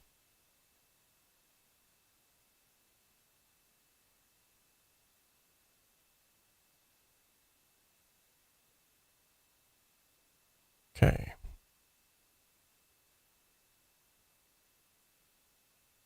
All right, now I no longer have to worry about all of that jazz. So 𝗏𝗏𝗧𝗿 has the question, do you think we can make professional vocals with the BM800? I wouldn't see why not.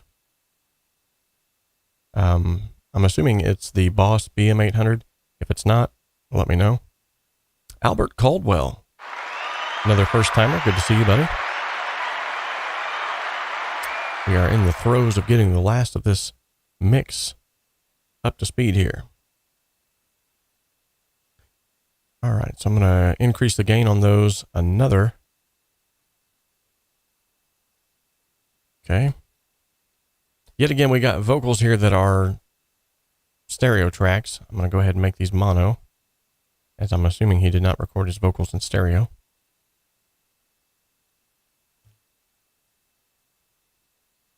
And once that's done, I'll save the project.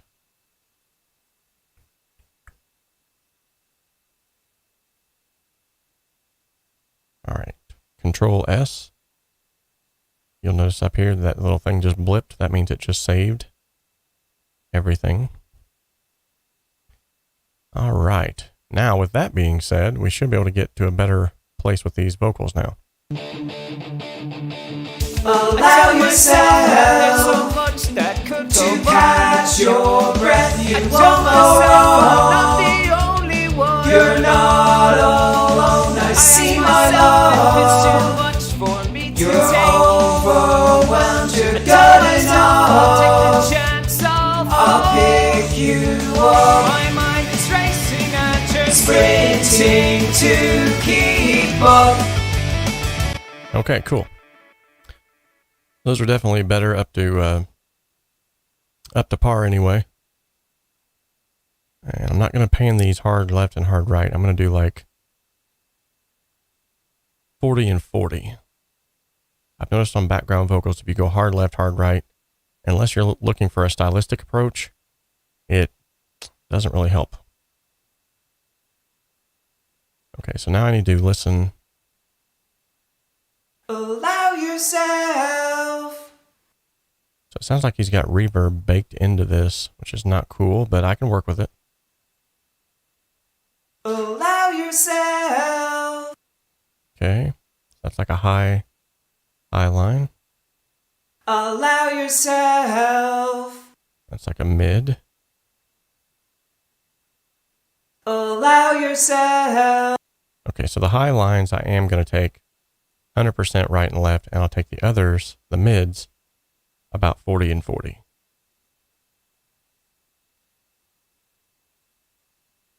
Typically speaking, higher sounds, like frequency-wise, your ears are used to hearing them on the right and left stereo fields already anyway. I tell myself that there's so much that could go wrong. Catch your breath, I tell myself I'm not the only one. You're not alone. I ask myself if it's too much for me to take. Overwhelmed. Okay. Now I'm going to deal with the sibilance issues that I hear.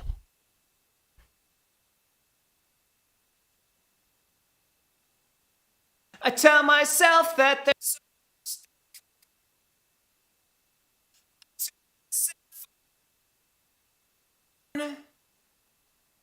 I ask myself if it's too much for me to take.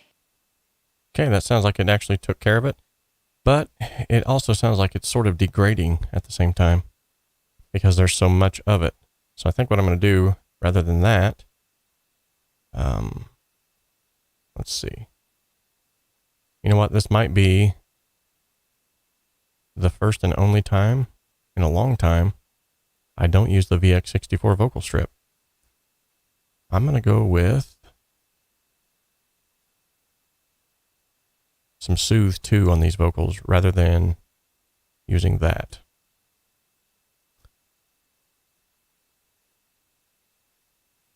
And I'm going to go with the Invisible de-esser, which should be right here.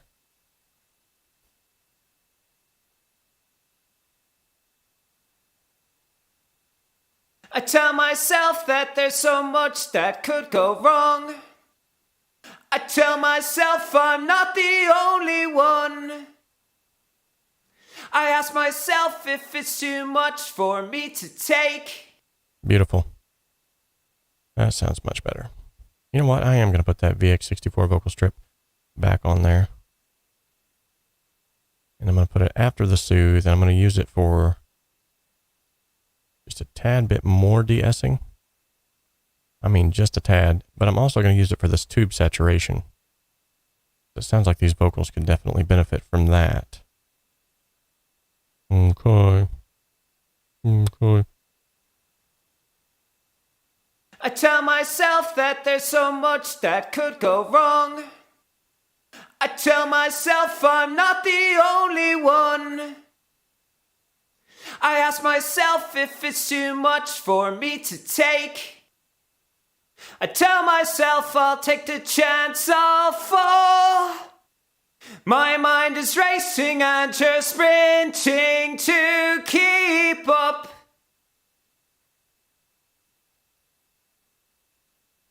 My spirit's draining, but you're filling me back up.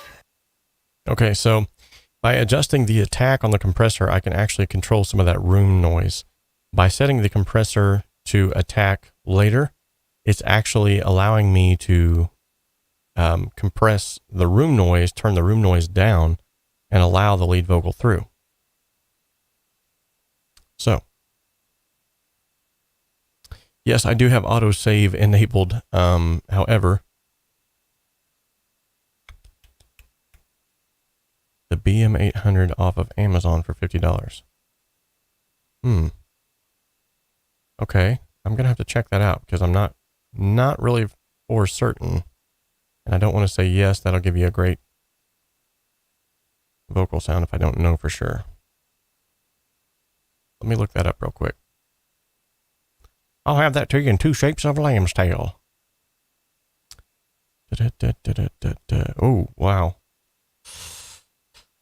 I don't know much about this brand, and to be honest, I can't recommend it in the sense that I've never used it. I'm not saying that it's bad, but I just don't know that it's good. So my response to this would be no, until I know for sure. However, at the same price point, you can pay just a little bit more money and get yourself a Shure SM58, and I can guarantee you'll get some good vocals with that. Likewise, if you look in the description of this video, I do have some affordable gear for musicians.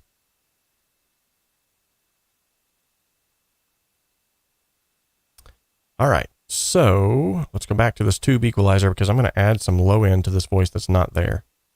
And I'm going to use the tube equalizer I tell myself that there's so much that could go wrong.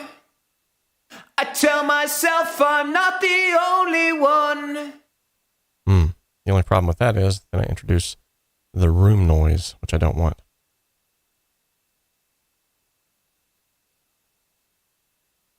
It's fine, Connor. We're going to work on it, buddy. All else fails, I've got some stuff I can do here. Let me use this 𝗲𝗏 and see if that actually makes it any better. I tell myself that there's so much that could go wrong. I tell myself I'm not the only one. I ask myself if it's too much for me to take. I tell myself I'll take the chance I'll fall. My mind is racing and just sprinting to keep up. That actually don't sound too bad.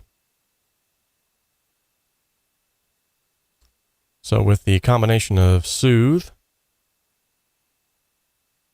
the 𝗬𝗃64 vocal strip, and the 𝗲𝗏, kind of got pretty much most of that out of there that would muddy up the mix. Take some more of this room noise out here and boost around 90. I tell myself that there's so much that could go wrong. I tell myself I'm not the only one. I ask myself if it's too much for me to take. I tell myself I'll take the chance I'll fall. My mind is racing and just sprinting to keep up. Nice. Okay. I think honestly that's pretty good right there. Now I'm going to go ahead and copy this over for these EQ curves. What I want to do differently on the background vocals though is I'm going to go to about 3,000 kilohertz, and I'm going to dip that out by about 3 dBs. That will alleviate room for the lead vocal to shine and not be overpowered by the background vocals. Okay.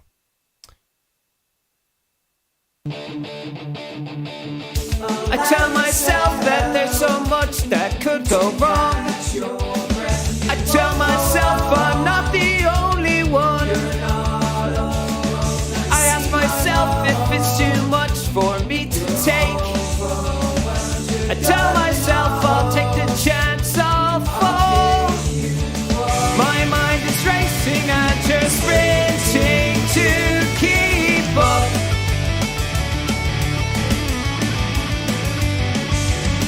My spirit's draining, but you're filling me back up. I've given all I can, and you tell me it's enough.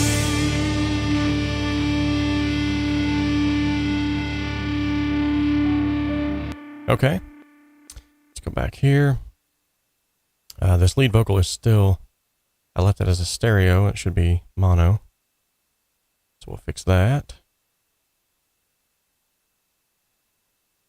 I'm going to apply a little bit of Melodyne to this. This genre of music doesn't necessarily have to be spot on with vocal tuning. In fact, it actually lends itself to be off key on purpose. Not saying that, you know, Connor is completely off key on everything here. In fact, it sounds like he's pretty spot on. But I'm going to basically just run it through this to kind of just tighten up some areas where there might be a little bit of pitch drift, just to see if that helps. I tell myself to write my thoughts down on a page, then rip it up and throw it out.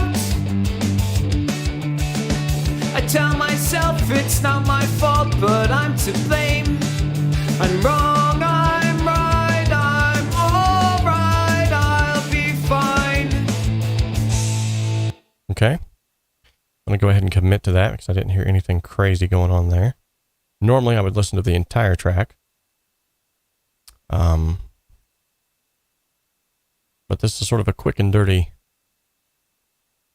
mix and master. If I hear anything after this, you know, after this point, I'll go back and undo whatever's been done here. And I'm going to go ahead and create region effects on all of these. That's the beauty of having Melodyne Studio. I can actually create region effects on multiple things at once.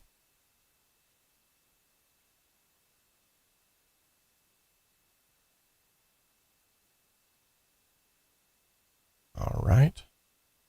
Now you'll see over here on the left-hand side, if I get my mug out of the way, I actually have all 4 tracks here available in Melodyne. And it's almost like a separate DAW in and of itself right now.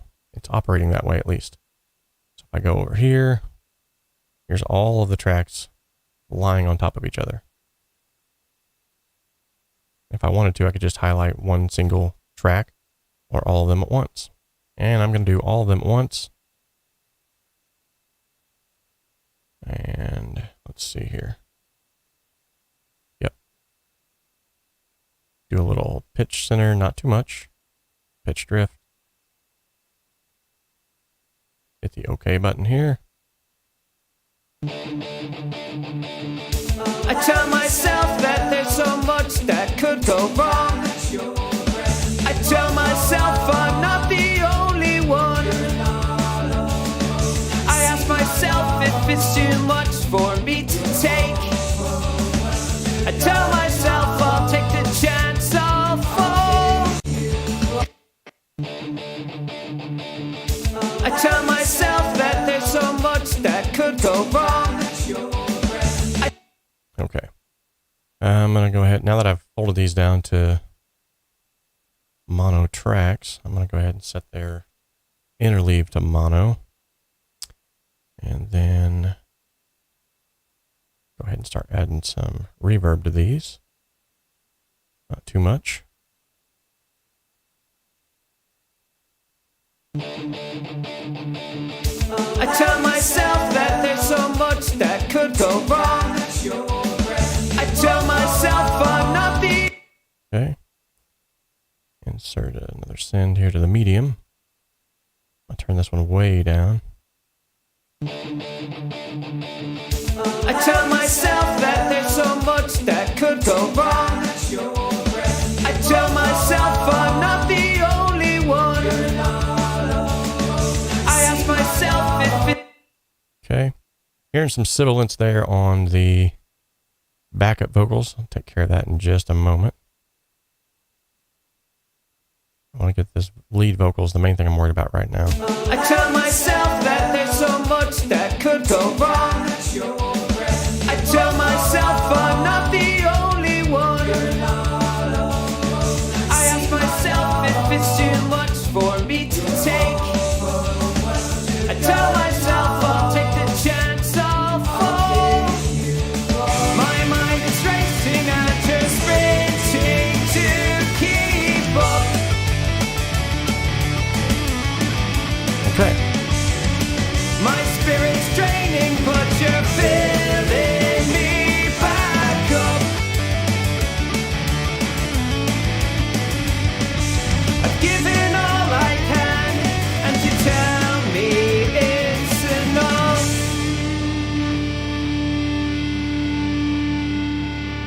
Okay. That's sounding like they're pretty close, pretty spot on there. Now the next thing I want to do is I want to pull up this console view again because I want to, I'm just going to copy over Soothe 2 on all of these. And I better make sure I'm saving again. Okay.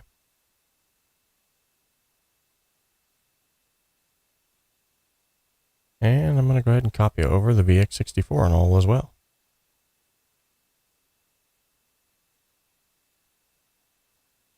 You know what? I'm just going to copy all these over. I might as well just say it because we all know I'm going to do it.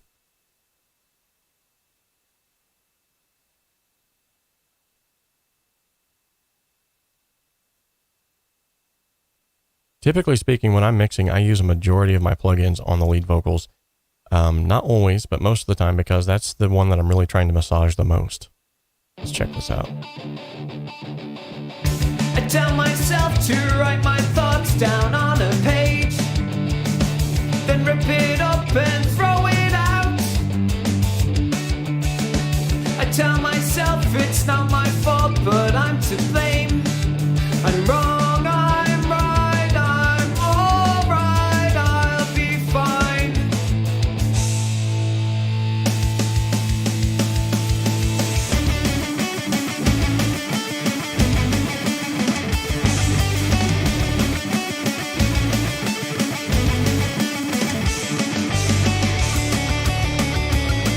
I love that.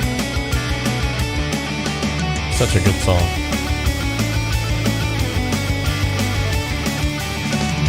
I tell myself to take one more, so what's the harm? I tell myself to give it up. I tell myself I'm good enough, but bad to fail. I'll win, I'll lose, I'll cut loose the next time. My mind is drifting, but you're building me up.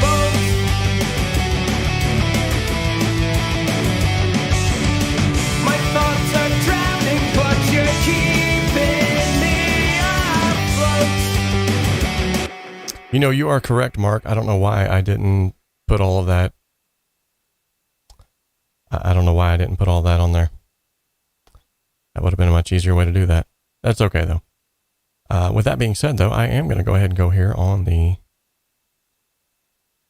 vocal bus and go back to vocals. And I believe there's one that takes out some room noise. Vocal rescue mix bus. Let's try that out.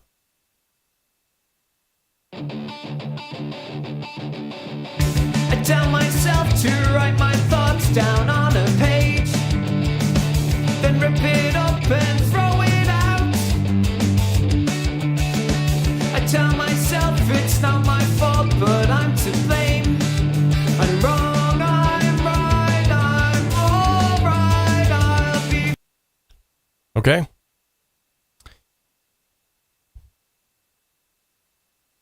Typically speaking, when it comes to background vocals, yes, I would typically put more on the background vocals than I would on the lead. You are correct. However, with this here, I'm using more the volume to sort of push where they're at rather than the reverb, because there's a little bit of a reverb issue already on the tracks themselves. So I don't want to overdo it. You know what I mean? All right. Fine.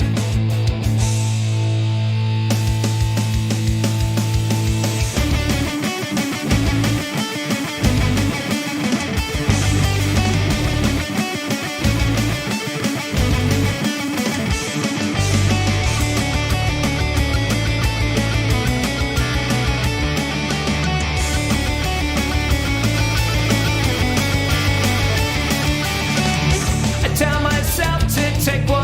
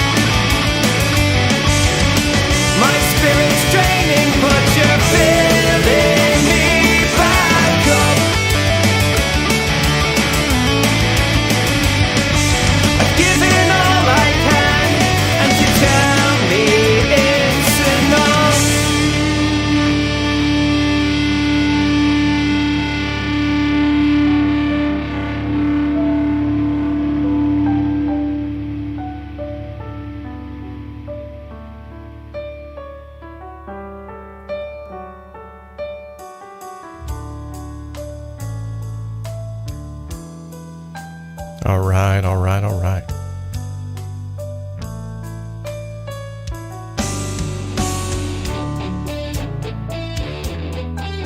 This thing's getting ready to come together. It's getting ready to come alive.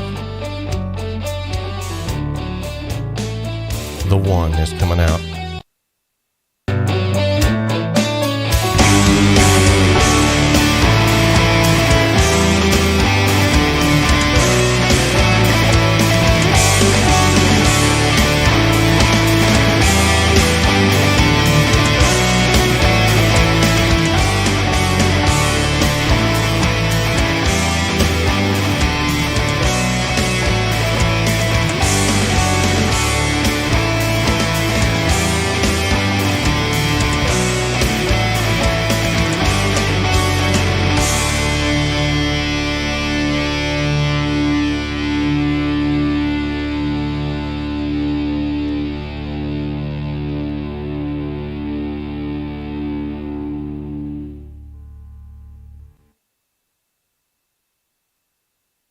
Okay, let's give a quick listen from the beginning to the end, and let's see where it's at.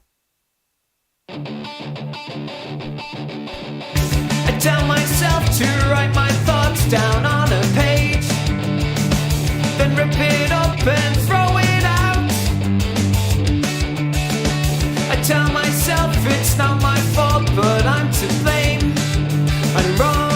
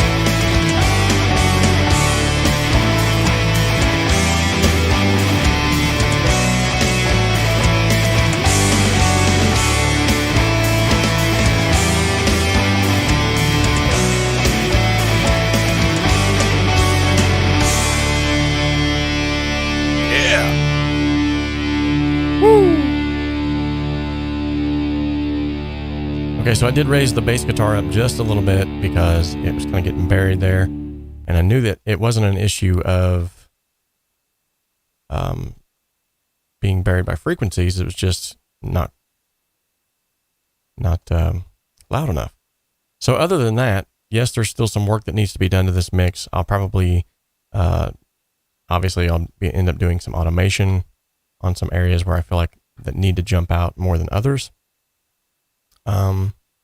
It sounds like to me that maybe some saturation could be included on the bass and on the vocals. But other than that, this thing has really taken shape very quickly, which goes to show that whenever you have good recordings, whenever you have a good mix or a good arrangement, I should say, scratch all that. Whenever you have a good arrangement, you have a lot more to work with. Now we did have, which was good, we did have some areas that needed to be addressed. The reverb, for instance, in the vocal was a bit much, but we took care of that. We used some plugins to help take care of that. And then we just used a compressor, smart usage of a compressor to take care of some of the room noise and also bring it back up to speed. And then we used compressors on the master bus to really just glue everything together. Ironically enough, that's what Warren, I believe, was talking about today. Now, on the master bus itself, I've got two instances of the Drummer S73. One is set to the Clarity 1. One is set to Clarity 2. I've just blended those into taste. And the T-Rax 1 plugin, which is included in the giveaway, is what really just glued all of this together, just made it sound sheen and professional. So other than that, like I said, there'll be a few more things that I think I'll end up doing to this after the fact, but not very much. You guys have seen pretty much the width and breadth of it. In fact, I could probably do them real quickly while we're here. And that is, first and foremost, I'm going to put some clipping, good clipping, not bad clipping. I'm going to put some of that on the lead vocals, and I'm going to be using the T-Rax Classic Clipper. And I just want to see this red light kind of come on a little bit.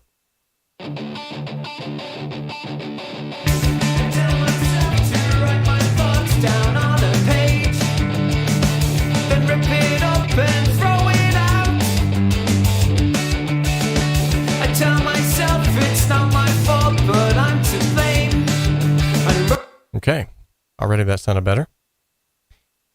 Let's see here. By the way, Connor, great work on this. This was awesome. The song was amazing. Great work on this. It's a pleasure to work with you, and I hope that you got something from this, and I hope that everybody in the chat actually got something out of this as well. And then on this bass guitar, I'm going to be putting the saturation on not the DI source, but the amp sound. And I can actually crank it pretty much. I tell myself to write my thoughts down on a page, then rip it up and throw it out. I tell myself it's not my fault, but I'm to blame. I'm wrong, I'm right, I'm alright, I'll be fine.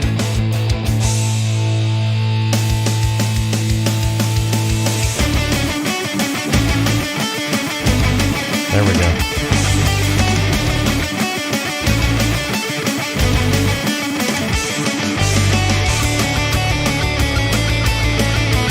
Much better. Man, this song rocks. I said, man, this song rocks. I tell myself to write my thoughts down on a page, then rip it up and throw it out. Okay, now that I've done that, I am going to go ahead and throw some compression, some sidechain compression on this, just to make sure that that kick still comes through. I want that thump of that kick to come through, and then that really should be just about it. I mean, yeah, I might do some automation later, but that's a long, tedious, boring process that none of you want to see. nor do I have time for. I'm sure you all wouldn't mind seeing it. I've got some really awesome viewers. I love each and every one of you. You guys would hang out with me all day, I think, if you could. All right. And then we're going to send this to the bass amp. Oops, I sent that to the CA2A. It's not what I wanted. There we go, Sonatus. I tell myself to write my thoughts down on a page, then rip it up and throw it out. I tell myself it's not my fault, but I'm to blame. I'm wrong, I'm right, I'm alright, I'll be fine.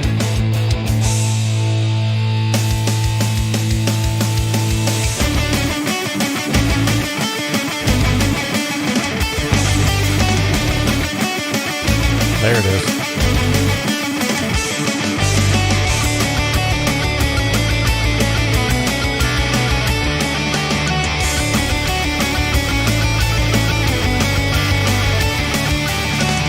I tell myself to take one more, so what's the harm? I tell myself to give it up. I tell myself I'm good enough, but bad to fail. I'll win, I'll lose, I'll cut loose the next time.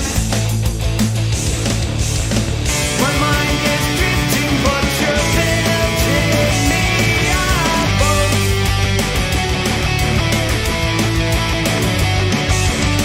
My thoughts are drowning, but you're keeping me afloat.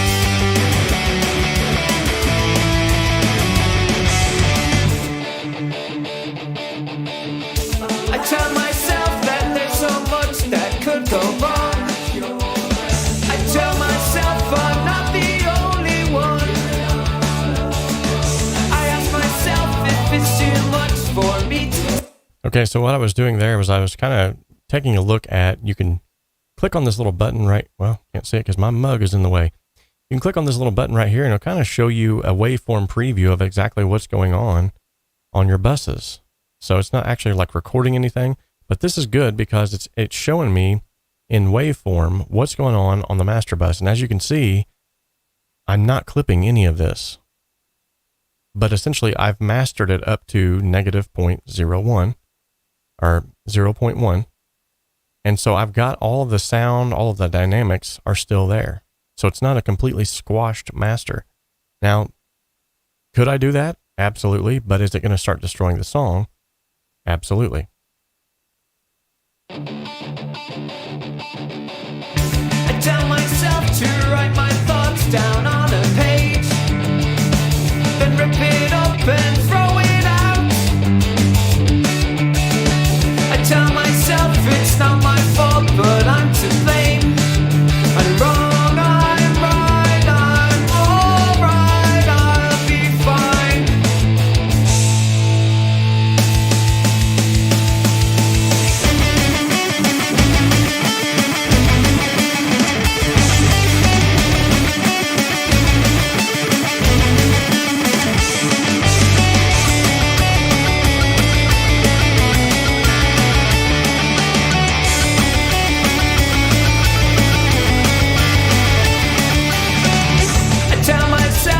Take one more, so what's the harm?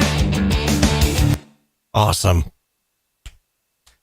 So if I drive it just a little bit harder, which is kind of indicative of this style anyway, as you can see, even on my master bus, I'm getting just a very minimal amount of, you know, that mastering squashed. I'm still maintaining quite a few dynamics. So I can still get that sound that's indicative with this genre of music, but still maintain dynamics, which is what mastering is very important, to actually have dynamics. All right, so we have come a long way and such a short time, and this is in my motivation playlist. Awesome. So thank you guys so much for tuning into the channel today. I hope that you have got something from this, and I hope that you also have taken the time to enjoy the giveaway. Remember, this giveaway is going to be going on all the way up until the end of October. So you've got plenty of time to jump in, but jump in quick because there's all kinds of prizes that are going to be given away, and there's even more that are coming on every single day. Make sure that you enter the giveaway. And also, I'll be announcing when the live stream is going to happen for us to celebrate. Last time we had a 5,000 subscriber giveaway, and we had a celebration stream. It was a lot of fun. I brought my wife and my son on there. At the time, we brought our cat, God rest her soul. We just had a good time. We gave away stuff. We just hung out. It was great. It was like everybody just, it was just like a family. It really was. Rob, if someone was interested in you mastering their track, how much headroom do you usually require? I usually require -8 to -4 dBs of headroom. -4 is like pushing it. -3 is really pushing it. But -4 to -8 dBs is like the sweet spot. And that would allow me to have still enough room to work with where I could master it and make it sound great without squashing everything. Like we've done with this mix. I mean, this mix, I baked into it as we were doing our rough mix. I baked into that rough mix -8 dBs of headroom. And that gave me, the creative license to really boost that mastering process that we just did, sort of a quick master process, and really get it up to par. Now, it's not mastered now. Don't get me wrong. This song is not mastered in any way, shape, or form. It still needs some adjustments, I'm sure, in the frequencies. There are some frequencies I feel like that could be dealt with, but that would be another video for another time. But with that being said, it's really close, just in and of itself as it stands. So, all right, y'all, remember to enter the giveaway. The link is in the chat. The link is also in the description of the video. It appears that only 27% of you have actually entered the giveaway. So according to the poll that I just posted at the beginning of this. So if you have not entered the giveaway, definitely do so. I'm going to go ahead and I'm going to end this poll that we had here at the beginning. And what I'd like to do is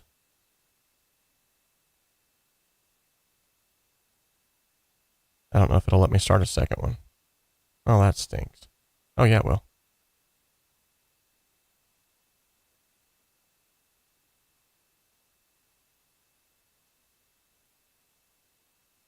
All right, so the next poll is up. How many of you have entered the giveaway now that you know about it? And if you have not, yet again, the link is in the description of the video. The link is also in the chat. And once again, I'll post it one more time just in case, so you can definitely find that. So far, 100% of you have answered yes. This is good. Make sure that you enter that giveaway. You got to enter that giveaway. No, there's a no. Enter the giveaway. What are you doing? You don't have to enter the giveaway, okay? You don't have to get your hands on free stuff. It's totally up to you. So, awesome. Before we go, there's one more thing that we have to do. Those of you who are sort of staples on this channel, you know what's happening, right? You know what's coming. I'm bringing in 𝗧cie HS. That's right, ladies and gentlemen, welcome back to the Wheel of Awesomeness. I'm 𝗧cie HS bringing you the wheel. Every time we bring up the wheel, we spin and stuff happens. Whatever the wheel lands on, that's what we're going to do. Because Robert doesn't pay me enough to talk all the time, I only get to talk when the wheel is present. Ladies and gentlemen, tutorial video request. All right, thanks 𝗧cie HS for hopping on and giving us your tutorial video requests for whatever reason and purpose. For those of you who are in the, that chat's not even showing up. What am I doing here? You gotta love this stuff. Okay, so spin it, says Mark. So for those of you who are in the chat still, if you have a tutorial video that you would like to request, go ahead and put that in the hat now.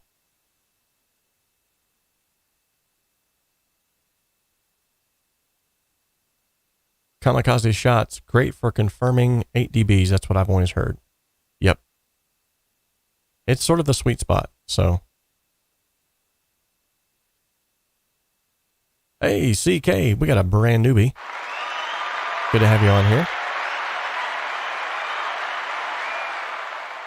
Okay. Kamikaze Shot says, thanks, Robert. Ladies and gentlemen, we got 10 votes with 80% of people saying yes. There are still 20% of you who have not, 18% of you rather, who have not entered the giveaway. Definitely want to do so. All right. So by way of the chat right now, if you have any tutorial video requests that you would like to be made known, now's your chance to do that. I guess I can make this bigger.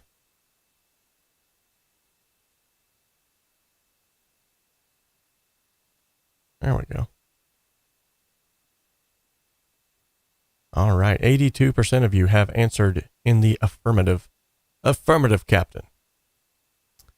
All right. Ladies and gentlemen, we got 18 viewers. That's awesome. That's rather awesome.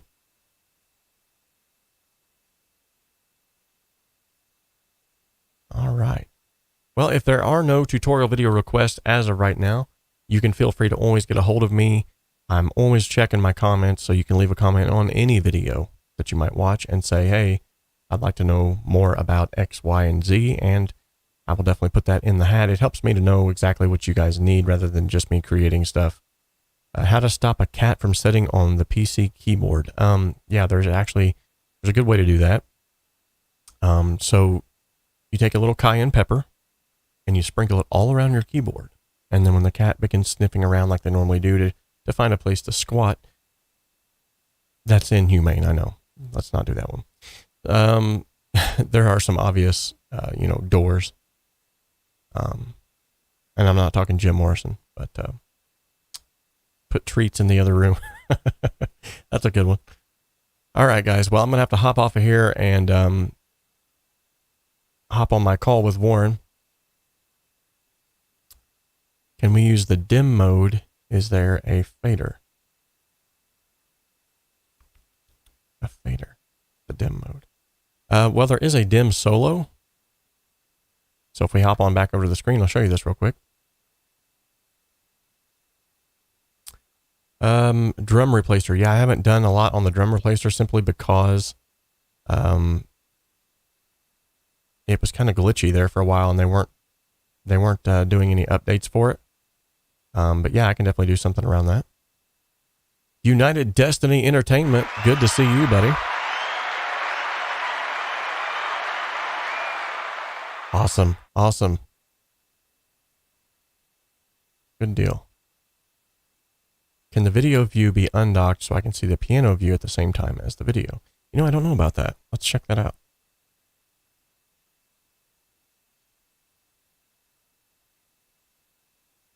I don't think it can be. Yeah, I think it's stuck at the top. So you get that.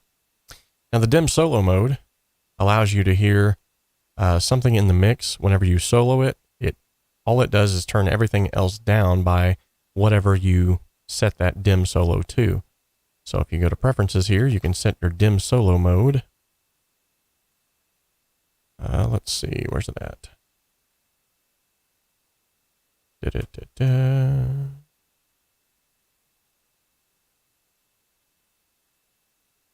on one of these here, audio data, maybe?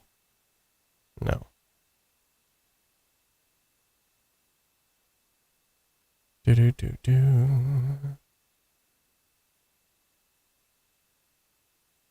Playback and recording. I thought it was right here. Why am I not seeing it? Plug in load balancing. Oh, here it is. Dim solo gain. So if you go here to the device driver settings, for some reason it's under driver settings, your dim solo gain is right here. You can set that to -18, -6, or -12. I typically use it on -12. And then what that does is if you're playing back the mix, by the way, loud music coming up. Now you can just hear that one track. The everything's still in there. It's sort of a more aesthetic way of soloing out a track so you can actually hear it in context with the mix. Musictron, another newbie. Pushed the button and nothing happened. That was weird. He says, what monitors do you use? I actually have the M-Audio BX5As. They are not the greatest, but they work. 90% of my mixes are done right here on these headphones. And these are Audio-Technica 80H 800s, I believe. I was incorrect. 8500Xs. And they are open back, which makes it awesome for mixing music.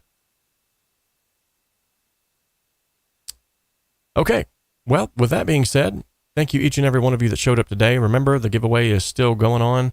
Remember, we've got lots of cool things coming up here in the near future. So keep your hats on. By the way, if you have not checked out anything that has to do with BandLab, which is sort of the sister to Cakewalk, get on there and kind of dabble around with some of that stuff, because there's a lot of cool features in there. As I've been playing around with it, I've been finding out there's a lot of cool stuff in there. Mark George says, when you duplicate a track, how do you uncouple the two track so you can pan left and right? Please, Rob. That actually shouldn't be too big of a deal. Like, let's say I took these lead vocals and just went over here and said duplicate selected clips. Oops, that's not what I wanted to do. I want to click over here, duplicate track. Now it's going to say duplicate link to the original. As you can see here, you want to make sure that both of these are unchecked. Okay, this is literally just going to duplicate the track only, everything that's on that track. But now I can hold Control and Shift and click and drag that down. And there you go. You can pan one left and one right. Now, essentially, you could still go into the duplicate track over here and click on Events. And that will copy the audio with it. You can still do it that way as well. You don't have to do it the way that I just showed you. It actually takes longer. It's just the way that I do it. I'm weird. I know. All right, guys. Well, yet again, I keep trying to get off of here. Yet again, thank you all so much for all of your patronage. Thank you all so much for those of you who are supporting the channel with a monthly monetary donation.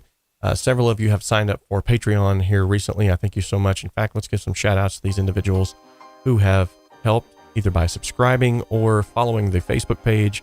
And several of them also, which it doesn't show here. Yeah, it doesn't show them right here.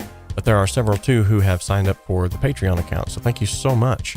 $1 or more a month helps tremendously. Oh, look, Mick Giorno just followed the page as I was on here. That's crazy. So thank you all so much. And until next time, remember that we can dream alone. We can create alone, but together we can achieve so much more. God bless each and every one of you. Be happy, be healthy, be safe, be kind, because everyone's going through something. And more than anything, I don't know where I was going with that. More than anything, stay creative and have fun with whatever you're doing. God bless you. See you.